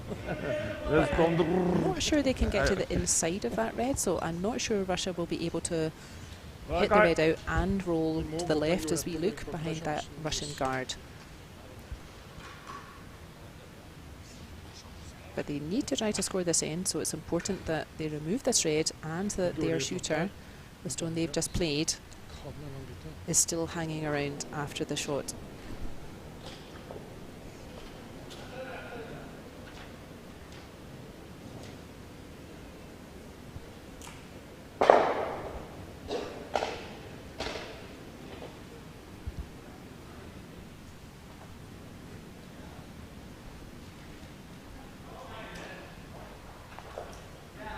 So he's probably playing a slightly more controlled weight, maybe not full takeout weight, because he needs this stone to hang around after he's removed that red.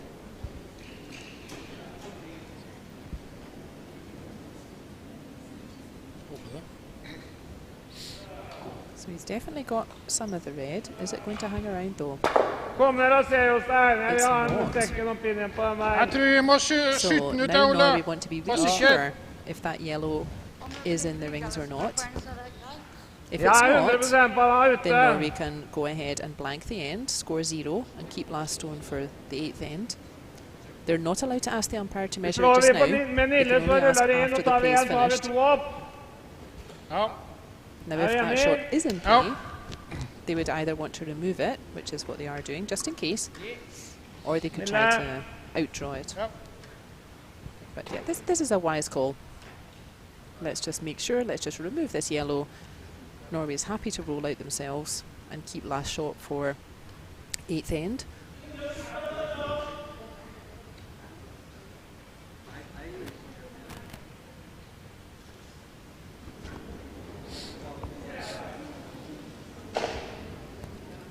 And even if Norway get a roll and then stay in the house, ja vi får til den. Det er greit, det. no, I think that's all going to roll out. I think it is going to be a blank end. Yep. Yes, no measure Right. required. It's a blank end. That's really Yeah, no, nice play for sister. Norway. Og vi er siste. So Norway remain one point ahead, and they have the last shot for this 8th end. Bra det. Fortsette å blanke det. Ja. Fortsette å blanke Really tidy end there from Norway. Really controlled Ja, vi kan fortsette å blanke rett ut, vi. Russia's possibilities to try to score there. Russia were doing the right thing, putting up central var deilig. guards. Det er det som er legen nå. Kom igjen, There we folkens. are. We can Men see hva gjør vi?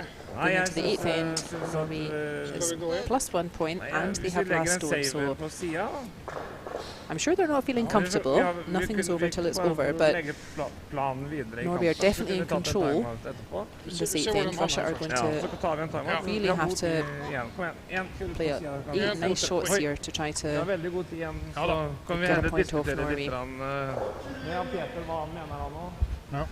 Ja. If Russia score 1 point here, that would make the score 4 each, and then we would play an extra end. Så vi går an å prate litt og tenke litt. So important for Russia is to score at least 1 this end, and then take their chance in the extra end. And for Norway, important is the reverse. So they just want to keep things clean. They don't want a lot of stones in play. They don't want to give Russia chances to score.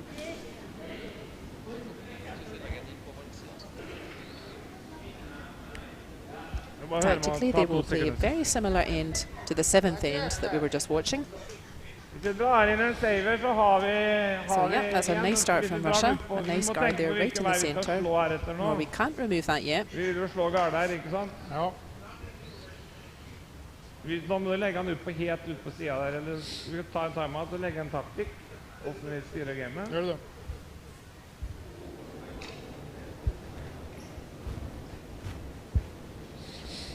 Timeout! Er det noen dommere her? So Norway have called a timeout. Men se hvis vi får inn den her da. So what that means is their coach Bra. and the alternate, Så, or maybe just their coach, så jo dem I deep shit. come down to the ice and they'll be having a discussion about what to do. So there are different options here.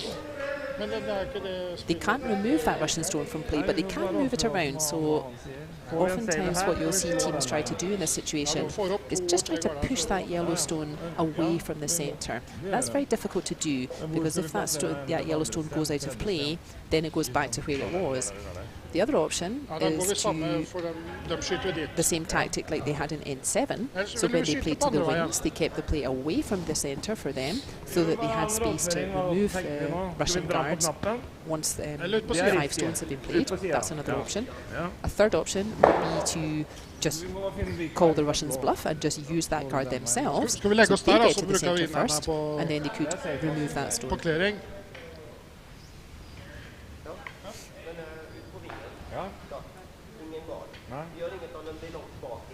So the Norwegians do have microphones, so let's see if we can hear anything. My Norwegian's not very good, but if we have Norwegian viewers. I know. Ja. Vi vil bare oppføre oss, så vi enige. Alle sammen. Greit.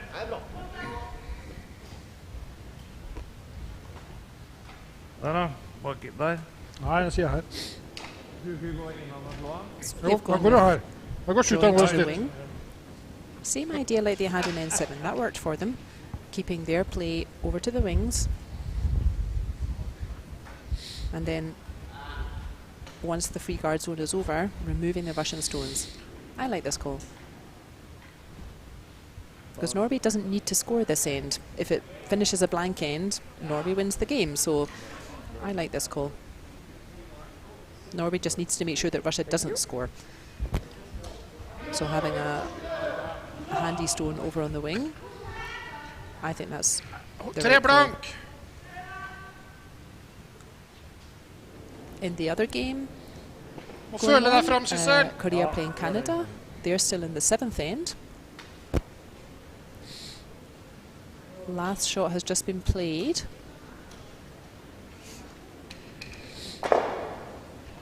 It's definitely a score to Korea.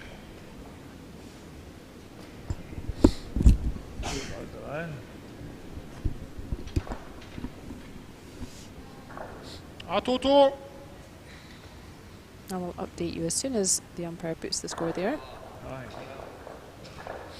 That's just a wee bit too long for Norway, but no harm done. Again, what's important to Norway is that they don't let Russia score, that they don't give Russia a chance to build up the ends. So in the other game, that was a score of 1 to Korea with their last shot there. So they're now starting the 8th end. Canada leads 4-3, and Canada has last shot. So very similar situation. Canada is 1 point ahead, and they have last stone. And in our game, our featured game, Norway is 1 point ahead, and they have last stone. So probably 2 similar last ends will be played out. That's another nice shot from Russia. That double guard, giving them a chance to get something in behind before the free guard zone's over.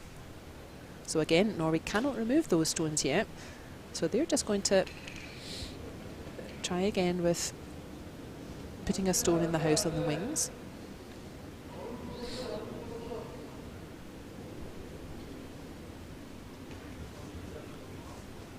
Ja. Bra du ser. Ja, bra, det holder I hendene. Vakkert. Lovely shot. Really nice stone there from Norway. So it maybe looks like Russia wants to remove that stone, but I don't think they do. They will just ignore that stone because it's important that they get a stone to the middle. Or they may be trying a hit and roll, so removing the red and then rolling to the middle.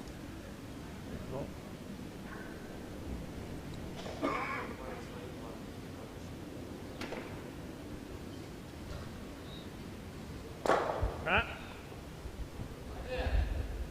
Så det.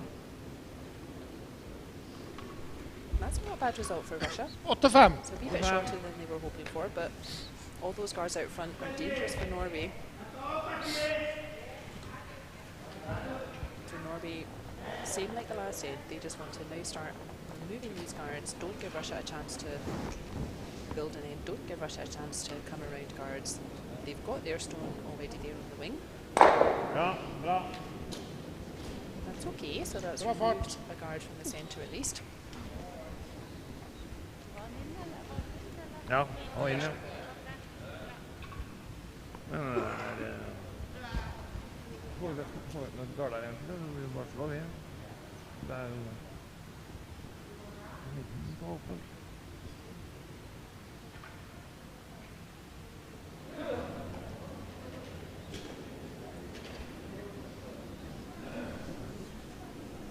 And like we thought, there's a very similar tactical situation developing in the Korea-Canada game. Korea also have a double centre guard at the front of their rings. Det må vi gjøre noe med, faktisk. This is a very nice shot from Russia. It's not quite hidden. Really good weight. Vi må gjøre noe med den, ja. Samme fart.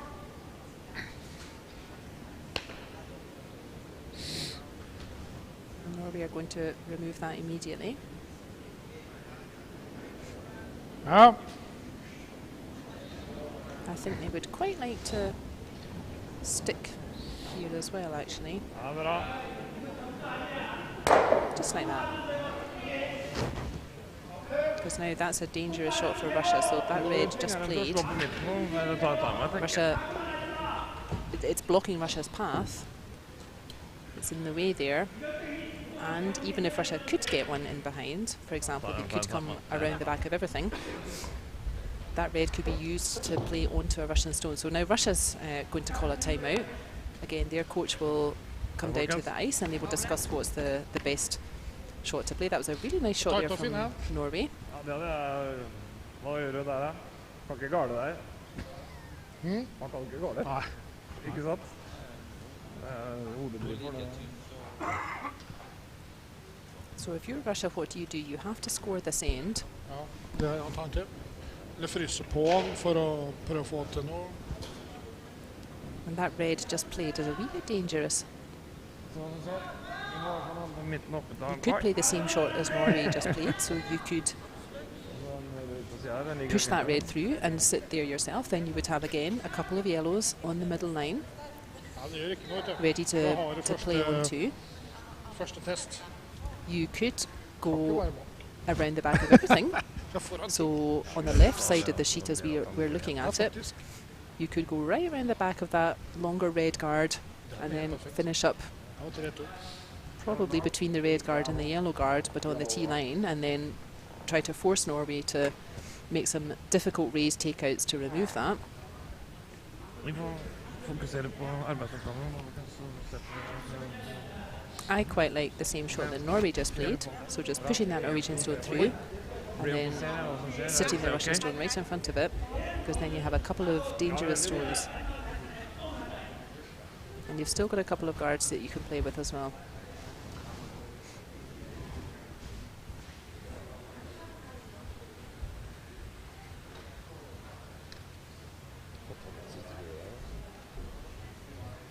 So each team has one timeout during normal play. A timeout lasts for 1 minute, and during that 1 minute, your coach comes down to discuss the options. It looks like that's exactly what they're doing, is playing the same shot that Norway just played, so poking that red through, Ja da, det er ikke dumt. and they will really want to sit in that spot as well. And then Russia will have a couple of dangerous stones out front. Ja, ja. If the game goes to an extra end, then in addition to having more time, your time clock is reset for an extra end, you get an additional timeout as well.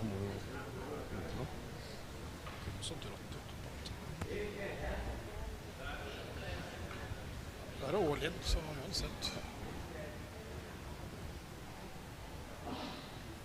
Very similar situation going on in the Korea-Canada game. So remember, Canada is +1 and they have last shot, but Korea has a double guard on the centre line. And there's one Canadian and one Korean shot, both very close to the middle. They're perfect. Really nice shot there from Russia. So now those two stones out front, there is a possible double takeout. But those stones are dangerous now for Norway. They need to make sure Russia doesn't get a point here. Vi prøver den først. Går det igjen, så får det være så.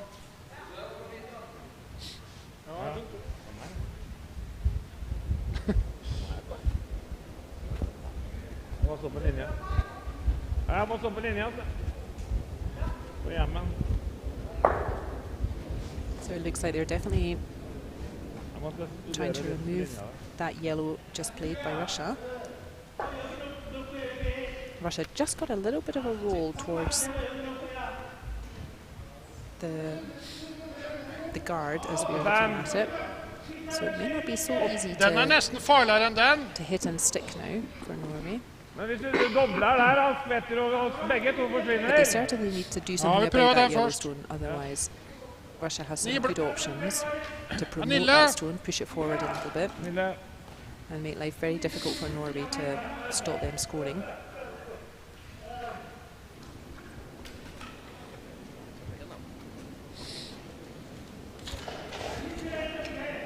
Ja, det är bra där. I think that's about the best he could do. He hit all that he could see of that yellow.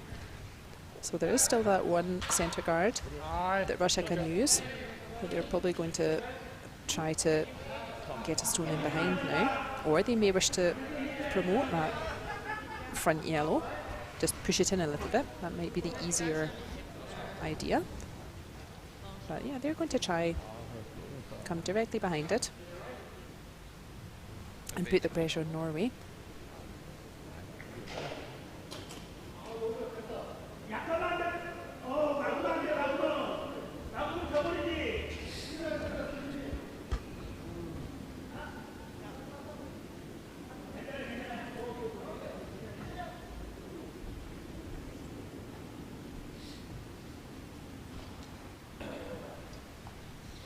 They've been struggling a wee bit with their draw weight today, Russia. So rather have another guard than a stone that's too heavy and goes through the back. A double guard's more problem for Norway than a stone that's too heavy. But they're just struggling a wee bit to find that draw weight. Nej, det för mycket på linjen. Du må över. Ja, okej. Jag kör Nille. Nille? Ja. Eller 8-4 som du hade på sista. Norway are going to continue with Ta den där. their tactic. Just remove these guards. Don't give Russia guards to hide behind.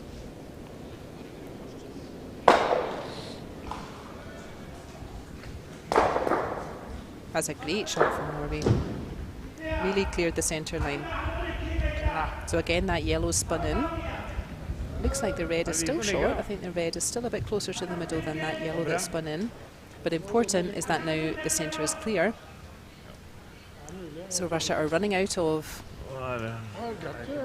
ways to put the pressure on Norway.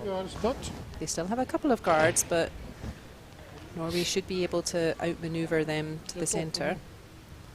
You may have just heard some clapping behind us. That was for the other game. That was a really nice shot from Canada.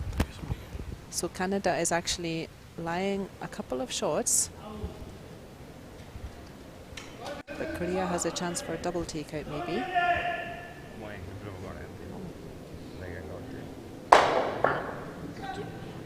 But they have not made it, so Canada is lying one behind a centre guard.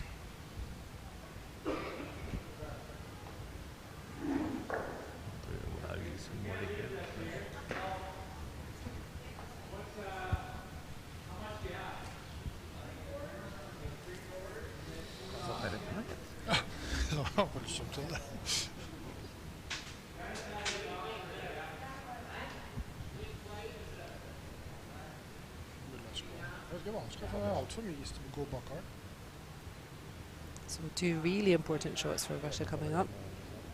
They need to score 1 point to take it to an extra end.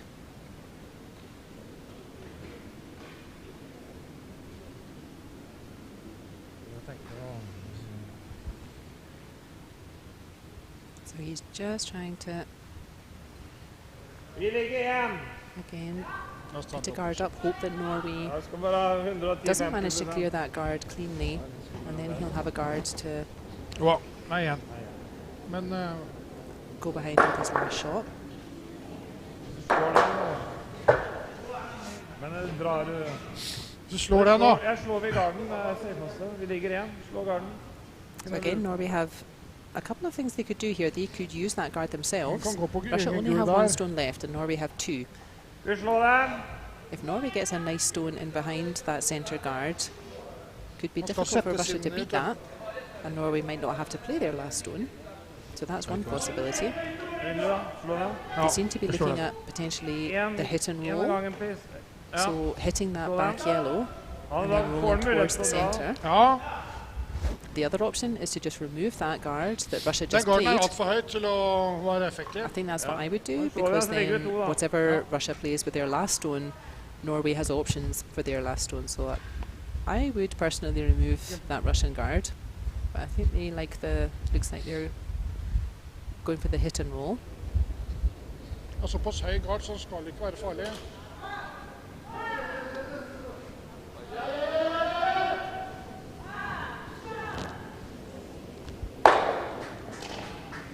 Ikke fart. Vær sikker på at vi får kontakt med den i hvert fall. A lot of good shots also going on in the Korea-Canada game.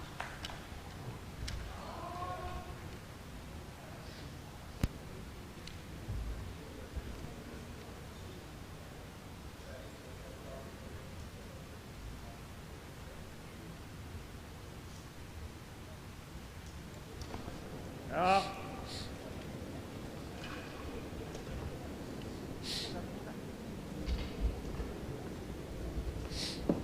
Mye mer nå.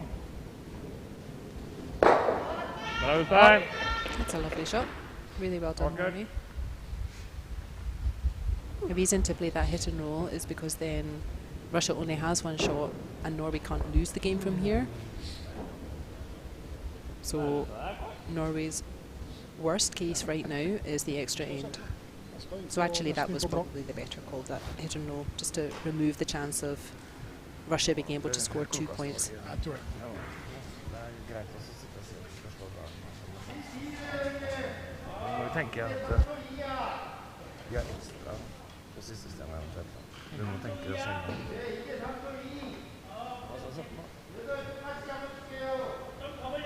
So this Russian stone must beat both of the counting Norwegian stones. Otherwise, Norway won't have to play their last shot.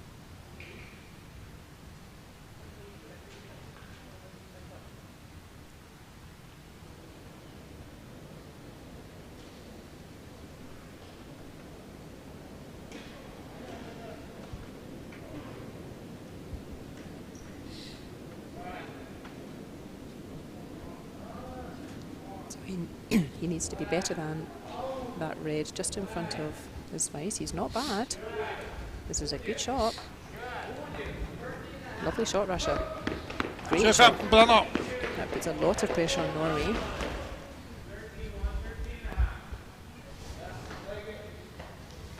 Ja, mer, mye mer. So this is a pressure shot for Norway, but again, Norway's worst case is that they don't make their shot and there will be an extra end and Norway will again have last stone.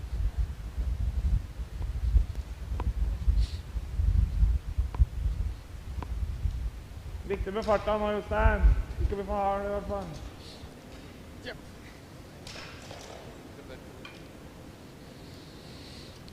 Ti blank. Gi blank.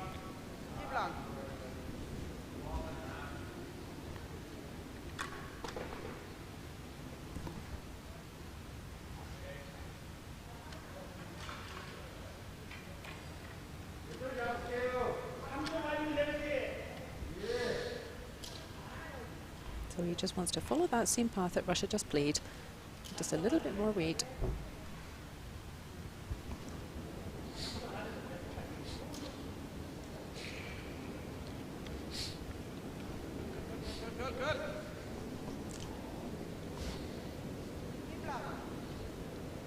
And it does go past, so good pressure play from Russia there. And now we will play an extra end. That was a critical last one from Russia, really well played.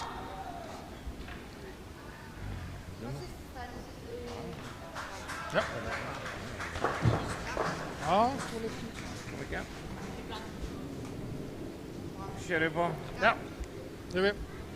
While they're preparing themselves for the extra end, Må jo gøre det. I can quickly Kan jo være hissig på speak about the Korea-Canada game. So very similar situation. Korea is lying short, one shot. Ja, hvis ikke So så Korea kommer det currently in bare position for går an den forbi, extra og så end. går det- Canada Nei, jeg synes vi skal prøve å sklide trying a very på similar med shot. It's a Korea, og så får- Korean shot is tucked in behind that center guard. Prøver det. And Canada En, need to, a tre. very similar shot that Norway were just trying. Ja. 2 blank. Ja. Just push it a bit further out.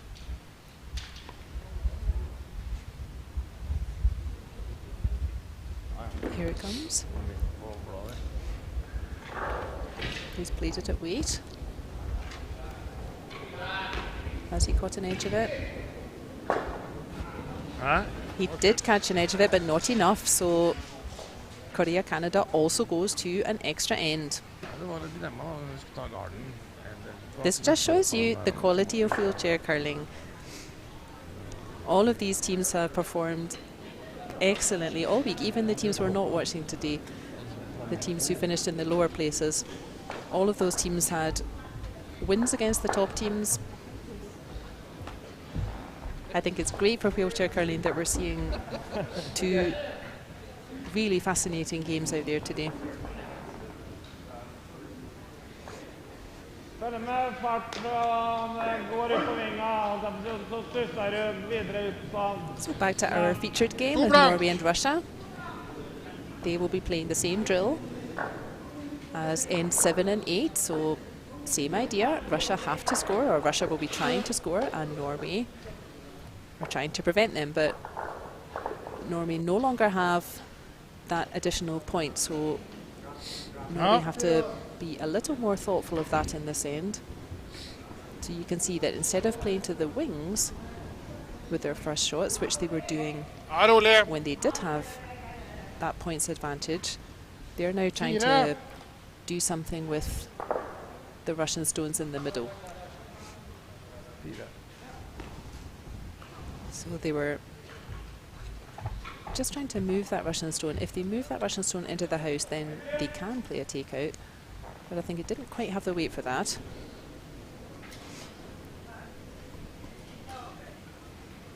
So you can see the time clocks behind the Russian skip there, the red on the top and the yellow on the bottom. So the time clocks are reset for an extra end. We have a little bit longer. The time clocks represent thinking time, so you can see the clocks are stopped now while a stone is in play.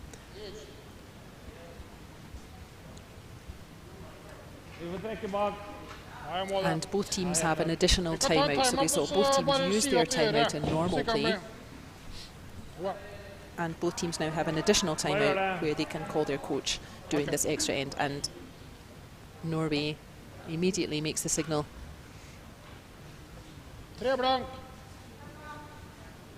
Oh, maybe he was just adjusting his gloves. They're not having a timeout, so yep, they're going to again try to get to the middle before Russia.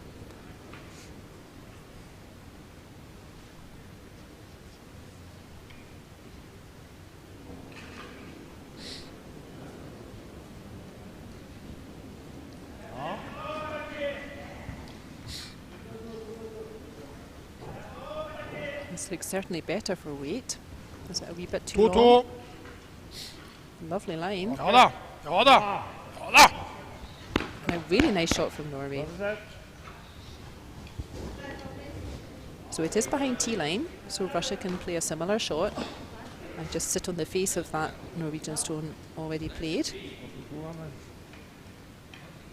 But that's it's pressure on Russia, so that's a nice stone from Norway.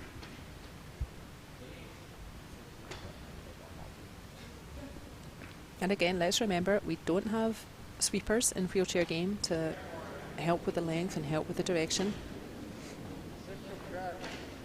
So really precise shot placement, it's a bit more difficult. This looks nice from Russia. Is it going to have the legs? Not quite, but that's a dangerous shot. That's ahead of the tee line, so Russia can use that shot. They could push it a bit further in. So Norway are doing a sensible thing. They rather have everything clear, everything open, because they have last stone. So they're just going to try to keep the middle as open as possible to make their last stone as simple as possible. They don't want to be looking at a big pile of stones like this.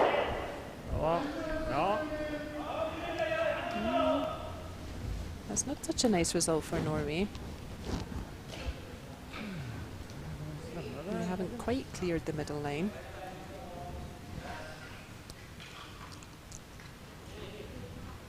But they'll keep doing that tactic, keep trying to move the guards from the centre. Russia are trying the same shot they just played, so that was a good effort to get to the middle ahead of Norway. They'll be trying the same again. This looks like it's coming in hot. I don't think that's going to stop. So they still have that stone in front of tee, Russia, but Norway still lying that one at the back of 4 foot. So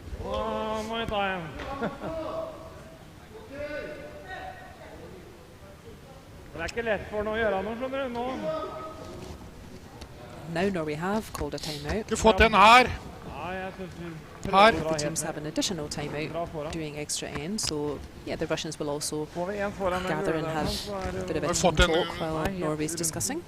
So both teams will be discussing the options. And it's not just about this shot. Norway are really thinking about the final stone of the game, which they will play. So they're not only thinking, what should we do with this shot?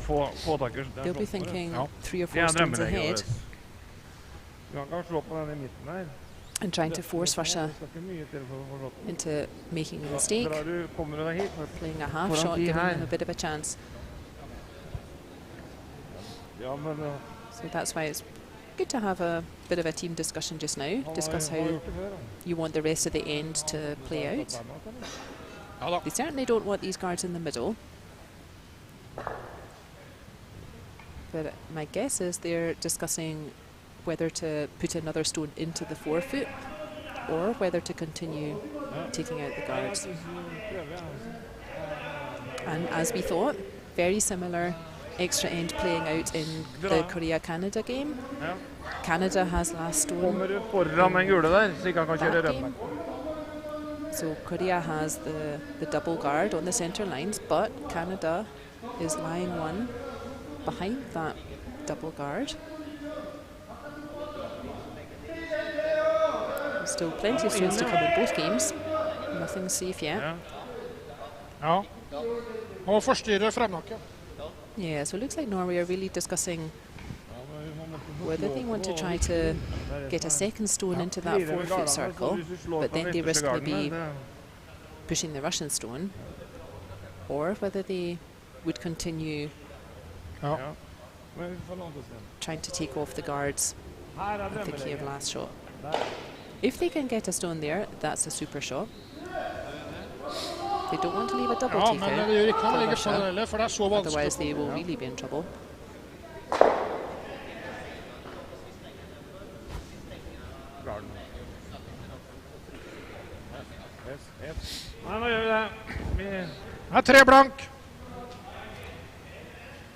So Canada still lying one in their extra end. A couple of dangerous Korean stones in the front rings. Plenty stones still to come. So looks like Norway are going to be aggressive call. They are going to De är inte bara för långt, Trying vet to du. get a second red shot in there.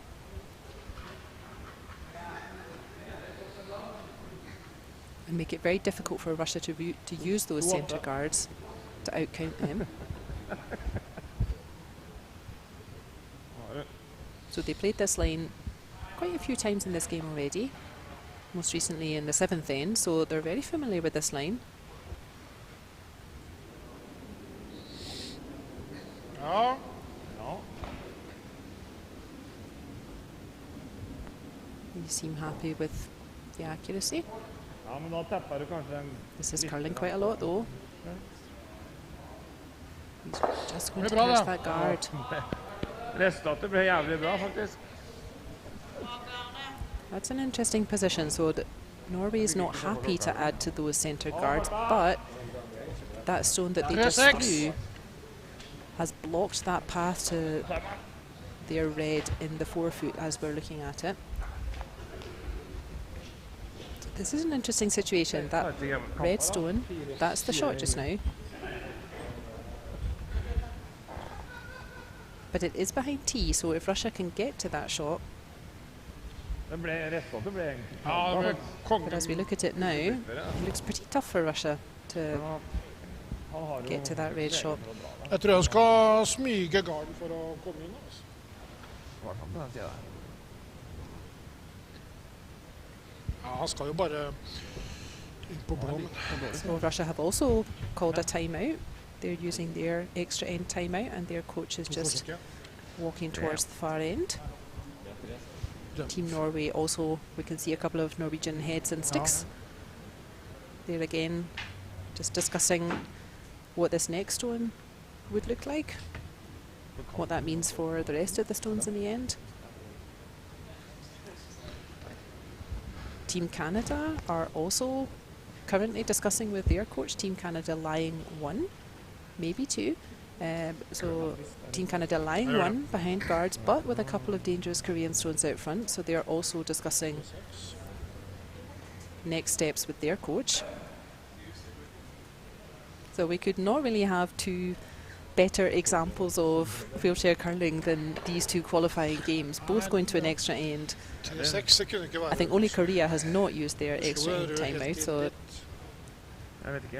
some exciting stuff out there. It's a great advertisement for wheelchair curling.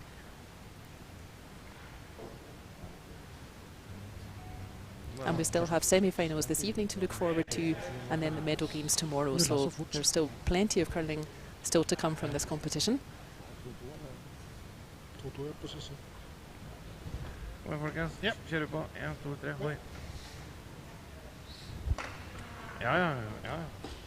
So yeah, Russia have a wee bit of a dilemma because Russia are happy to have stones out front because they don't have last shot. So what they want is to make Norway's last shot difficult, that Russia can score here. But it's Norway who's lying short. So how does Russia get a stone in behind those guards?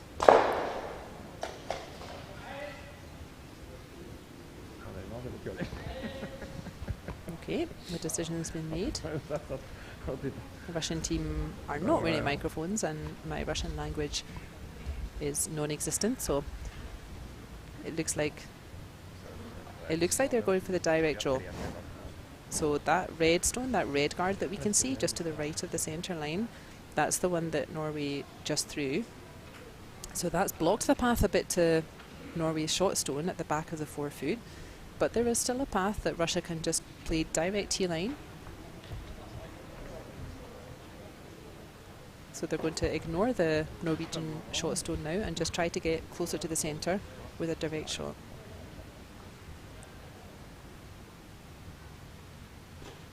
So again, both teams have played quite a lot of stones out of along this path, but this is a bit extra ice out here. So the brush is a little bit further out. It's at the edge of the 12-foot circle now. So let's see how this path goes.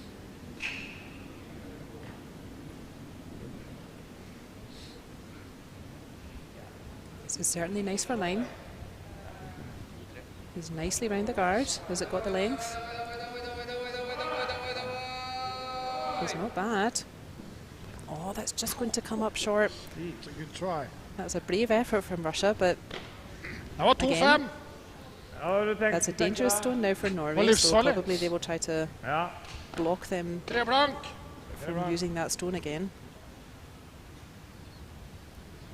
Oh, and while Norway is just deciding which shot to play, Team Korea are indeed using their timeout. So all 4 of our teams in these qualifying games have now used their extra end timeout to have a consultation with the coach.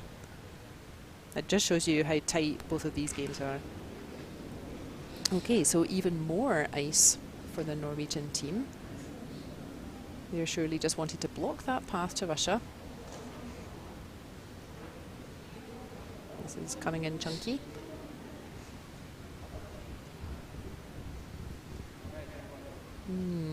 Vi ligger med 2 da. Now Norway are line 2.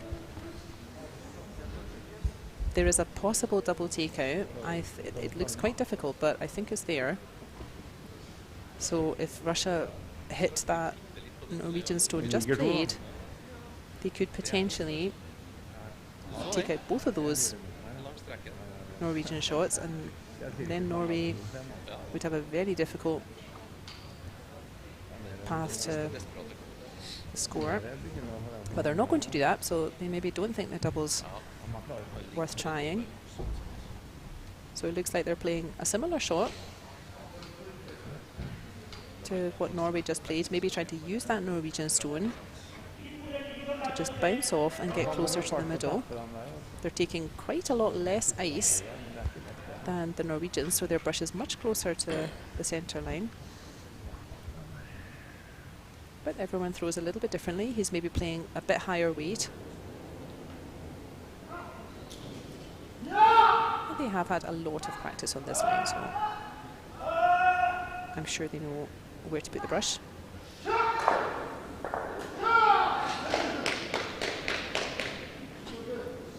You might be able to hear some clapping and oohs and ahs in the background. So Canada are still lying 1. Korea trying everything to get that stone out.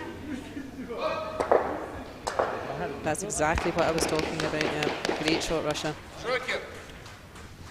So Han må ta samme en gang til. now Norway. Oh, Russia very happy with that. Yep, well deserved. Ja. Hands in the air for that shot.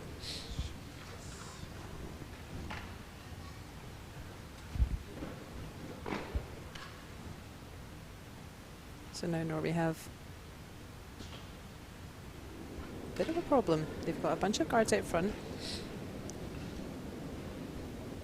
Harald, And kanskje? they now have to try to get a stone closer to the middle again. Ja, 1-8. This one's looking a bit chunky. Now you are in trouble, Norway, so Russia are just going to block that path. They will just put a guard pretty close to the red guard that we can see on the right, so that Norway don't have that path open anymore. And Norway are going to have to go all the way to the other side of the sheet and try the draw with the clockwise handle instead. Canada still lying 1. That 1 stone's been there since I think the second or third throw. Korea trying all the angles, trying to get it out.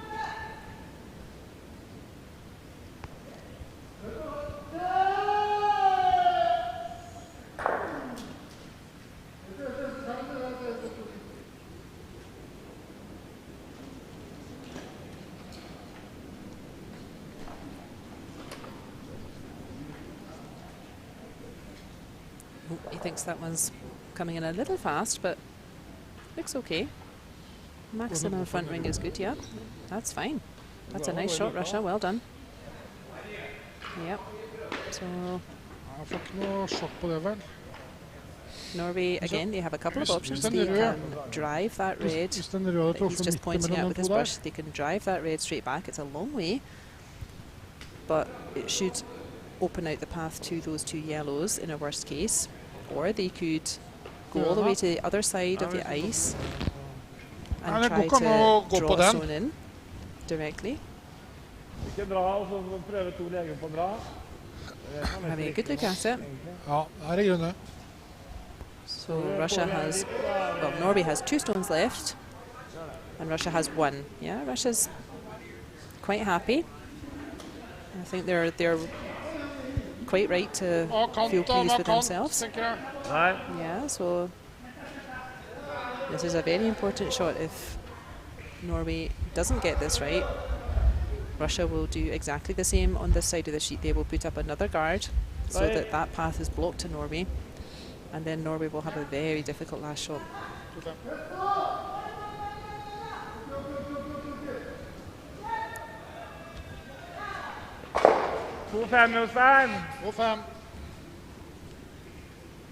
If you hear some clapping in the background, that's because Korea, after many tries, they made it through quite a small port and they took out that little Canadian counter. So 2 Canadian stones to come and 1 Korean stone to come in that game.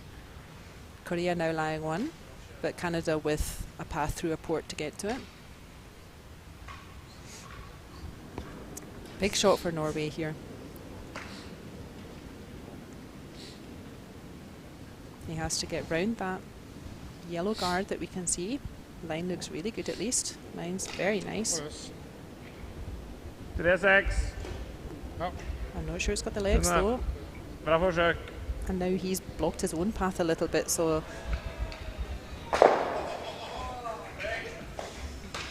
Norway in a bit of trouble now. We're going to have a very tough final shot here. If I was Russia, I would guard that open red guard. I think that's Norway's easiest shot, would be to drive that red back into the 2 yellows. Ja, det er uflaks etter 2-5 der. Så gjør han sten ut. 2 stones to come in Korea-Canada game. This is Korea's last shot.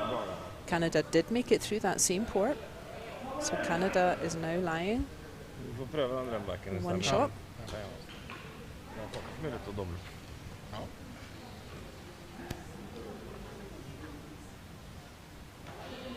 In our featured game, Norway-Russia, Russia's made the decision for their last shot.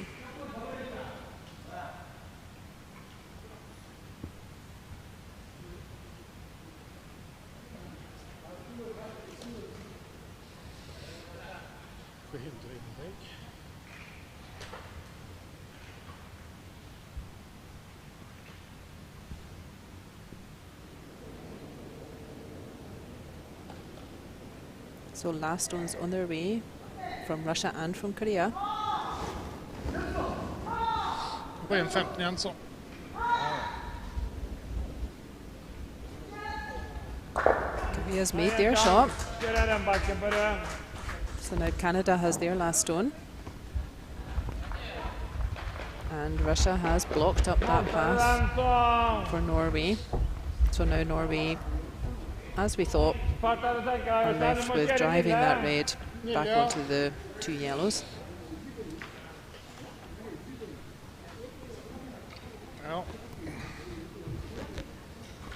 My angle's not great, but in the Korea-Canada game, looks like Canada have skal bare treffe noen millimeter på høyre side, så. A draw to the 8 foot for the win. And Norway have this raised takeout, red onto those 2 yellows.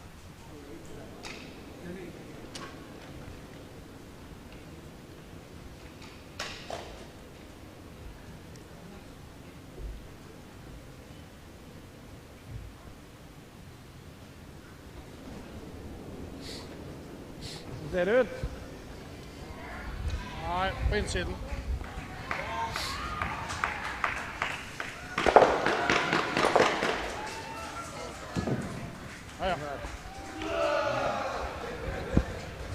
So exciting finish to both games there. So a brave effort from Norway, but the win goes to Russia.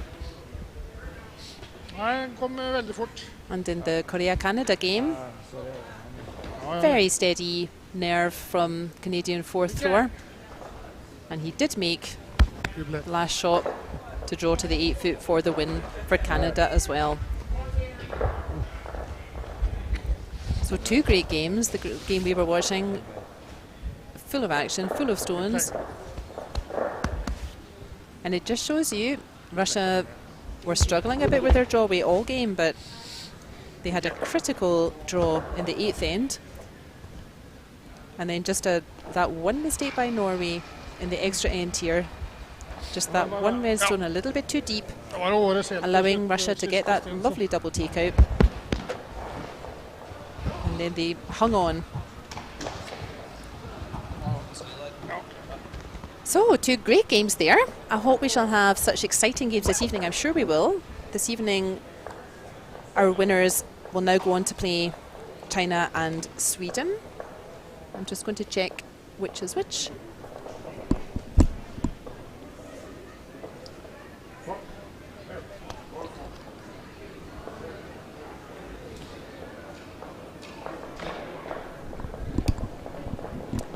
So this evening at 7 o'clock, 1900 Central European time, we will have China playing Canada and we will have Sweden playing Russia.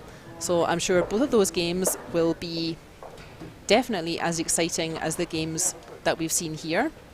So great performance from all 4 teams. Both games going to the last stone of an extra end. So we couldn't ask for more excitement. So well done, congratulations all of our athletes in the games today. Hard lines to Norway and Korea, who've performed beautifully in this competition, and congratulations to Canada and to Russia, who will go on to play China and Sweden respectively this evening in the semi-finals. What a match, yeah, just everybody, both teams were playing. So thank you their everyone for A-game. joining us. Yeah. And we hope you can join us again at 7 o'clock. Talk us through that extra end, because it was just, it felt